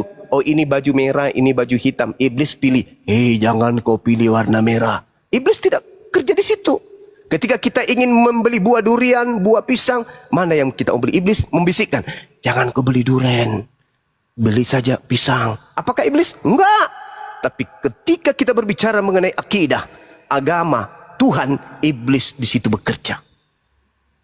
Anehnya, agama di luar Islam tidak menggunakan akal. Disitulah kesempatan iblis membunuh Ya, karena gini. pikiran manusia. Ya, karena gini konsep ketuhanan itu sendiri itu tidak bisa dicerna dengan akal gitu. Kata siapa? Kata siapa? Yesus mengatakan, kasihilah Tuhanmu dengan apa? Dengan akal. Kalau yang lain saja kita pakai akal, masa giliran Tuhan kita nggak pakai akal? Sementara Allah bangga di hadapan malaikat. Sebelum kita diciptakan, Allah pencipta langit dan bumi membanggakan kita, mengidolakan kita. Wahai malaikat, wa iskala rabbuka lil malaikati inni ja'ilun fil ardi khalifah. Qalu ataj'alu fiha may yufsidu fiha wa yasfiku dima. Wahai malaikatku, makhluk langit semuanya. Ada apa ya Rabb? Aku hendak menciptakan makhluk sebagai pemimpin di atas muka bumi. Malaikat semua protes. Apa? Untuk apa? Hai diam. Inni a'lamu ma la ta'lamun. Meskipun kalian mengatakan makhlukku di bumi itu akan membuat peperangan, membuat kerusakan ini, bla bla bla bla. Tapi aku lebih tahu daripada kalian. Aku nih, Tuhan, akan memberikan kemuliaan kepada mereka berupa akal yang tidak kuberikan kepada kalian. Dengan akal itulah kamu lihat, dia akan memimpin bumi. Tengok aja nanti, besi yang beribu ton dia akan bisa layangkan. Dari tempat yang satu ke tempat yang satu. Dari pulau yang satu nyebrang ke pulau yang lain. Mereka akan membuat besi bertonton melayang, kemudian terapung di atas laut. Lihat aja nanti setelah aku ciptakan. Dia akan membuat sesuatu yang luar biasa di bumiku. Aku tunjukkan bumi sebagai tempat kemudian ia bercocok tanam. Aku hamparkan bumi itu untuk mereka tempati. Lihat nanti ketika aku sudah ciptakan. Nah, Tuhan membanggakan kita.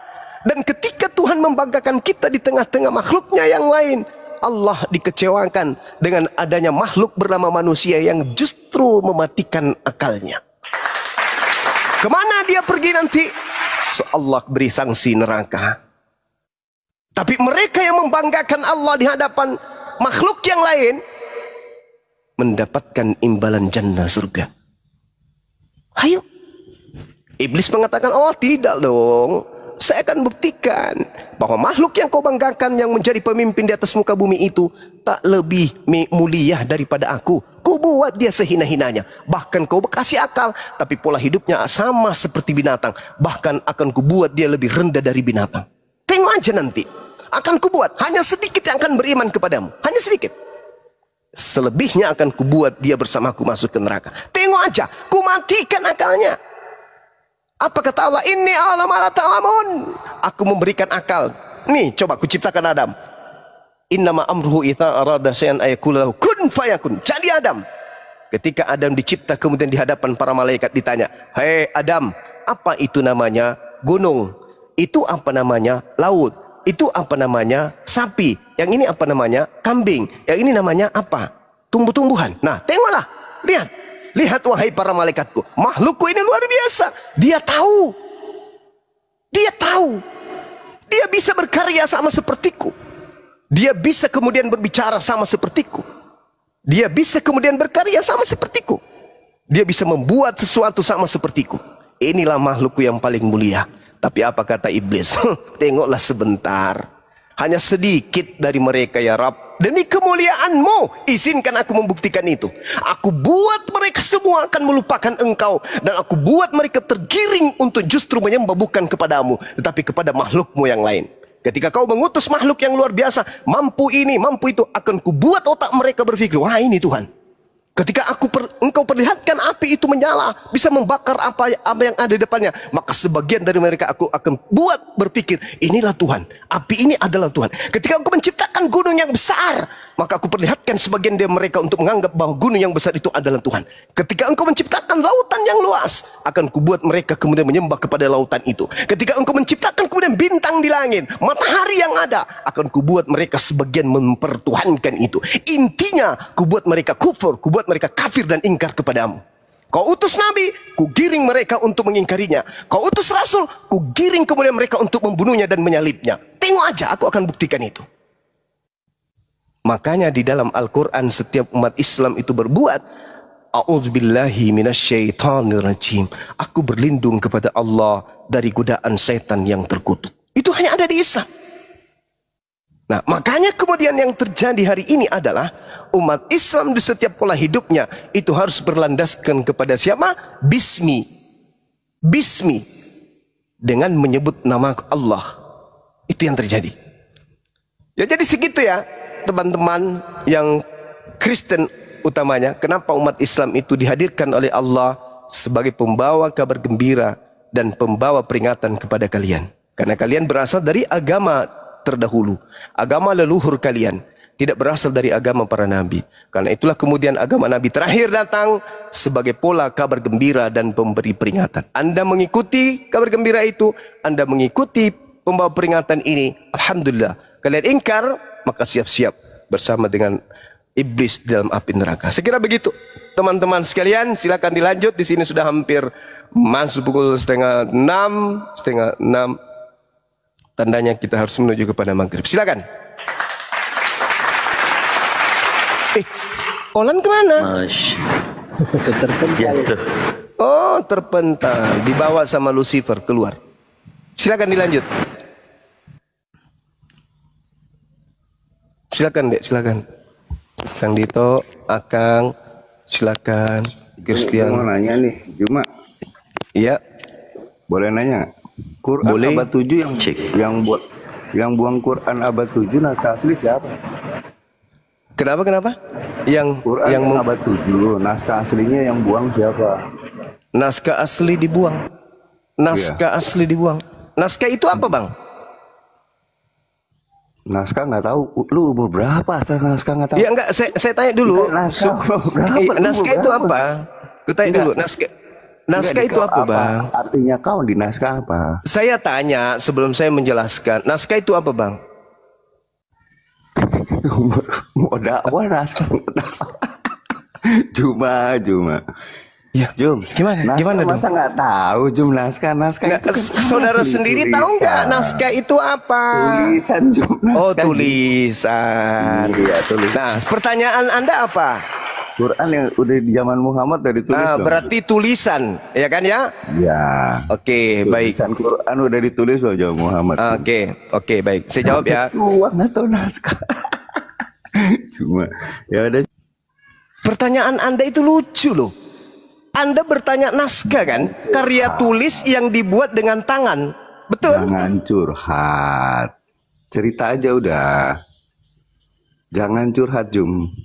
Cerita. Naskah itu yang abad. Ya udah turun. Anda turun. Anda turun aja, turun. Ya, gitu lebih bagus.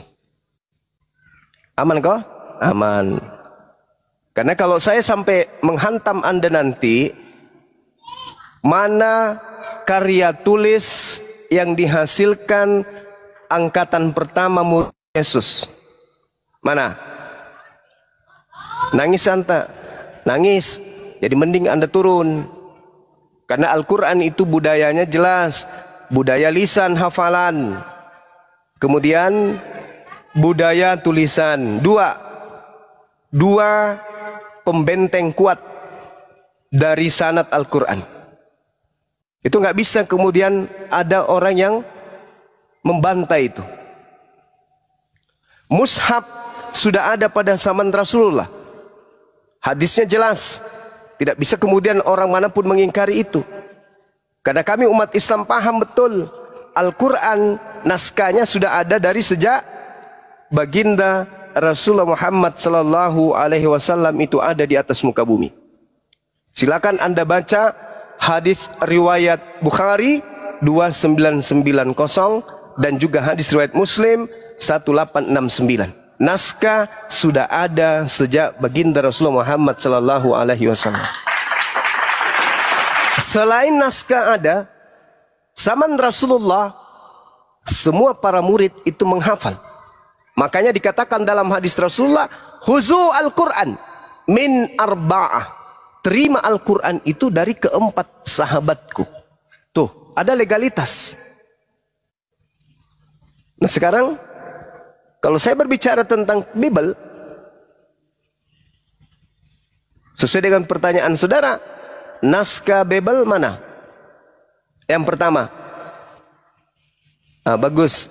Joki akal sehat. Bagus. Dicatat di bawah. Ya teman-teman silakan Anda buka. Di hadis Bukhari 2990, hadis riwayat Muslim 1869. Jelas naskah sudah ada pada zaman Rasulullah. Artinya Rasulullah mengetahui naskah tersebut, Rasulullah membaca naskah tersebut, Rasulullah menghafal bersama dengan para sahabatnya tentang Al-Quran ini. Nah, yang dituliskan kemudian secara budaya tulisan itu adalah hafalan dari naskah-naskah yang ada. Itu jelas itu. Jadi sanad Al-Quran itu luar biasa. Sanad itu adalah mata rantai penyampaian Al-Quran.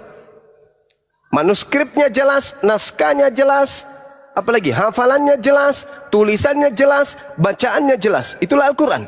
Tapi kalau Bible, selangkah dari Yesus, pada zaman Yesus ada nggak orang yang kemudian menulis Bible? Zaman Yesus? Tak ada. Bagaimana teman-teman, sudah dicek hadis tadi? Betul? Betul adanya bahwa naskah sudah ada zaman Rasulullah? Coba dicek. Betul? Jelas? Alhamdulillahirrabbilalamin. Nah, ada nggak yang bisa menunjukkan jawaban apakah naskah Bible sudah ada zaman Yesus? Nggak ada, Paman. Nggak ada, Paman.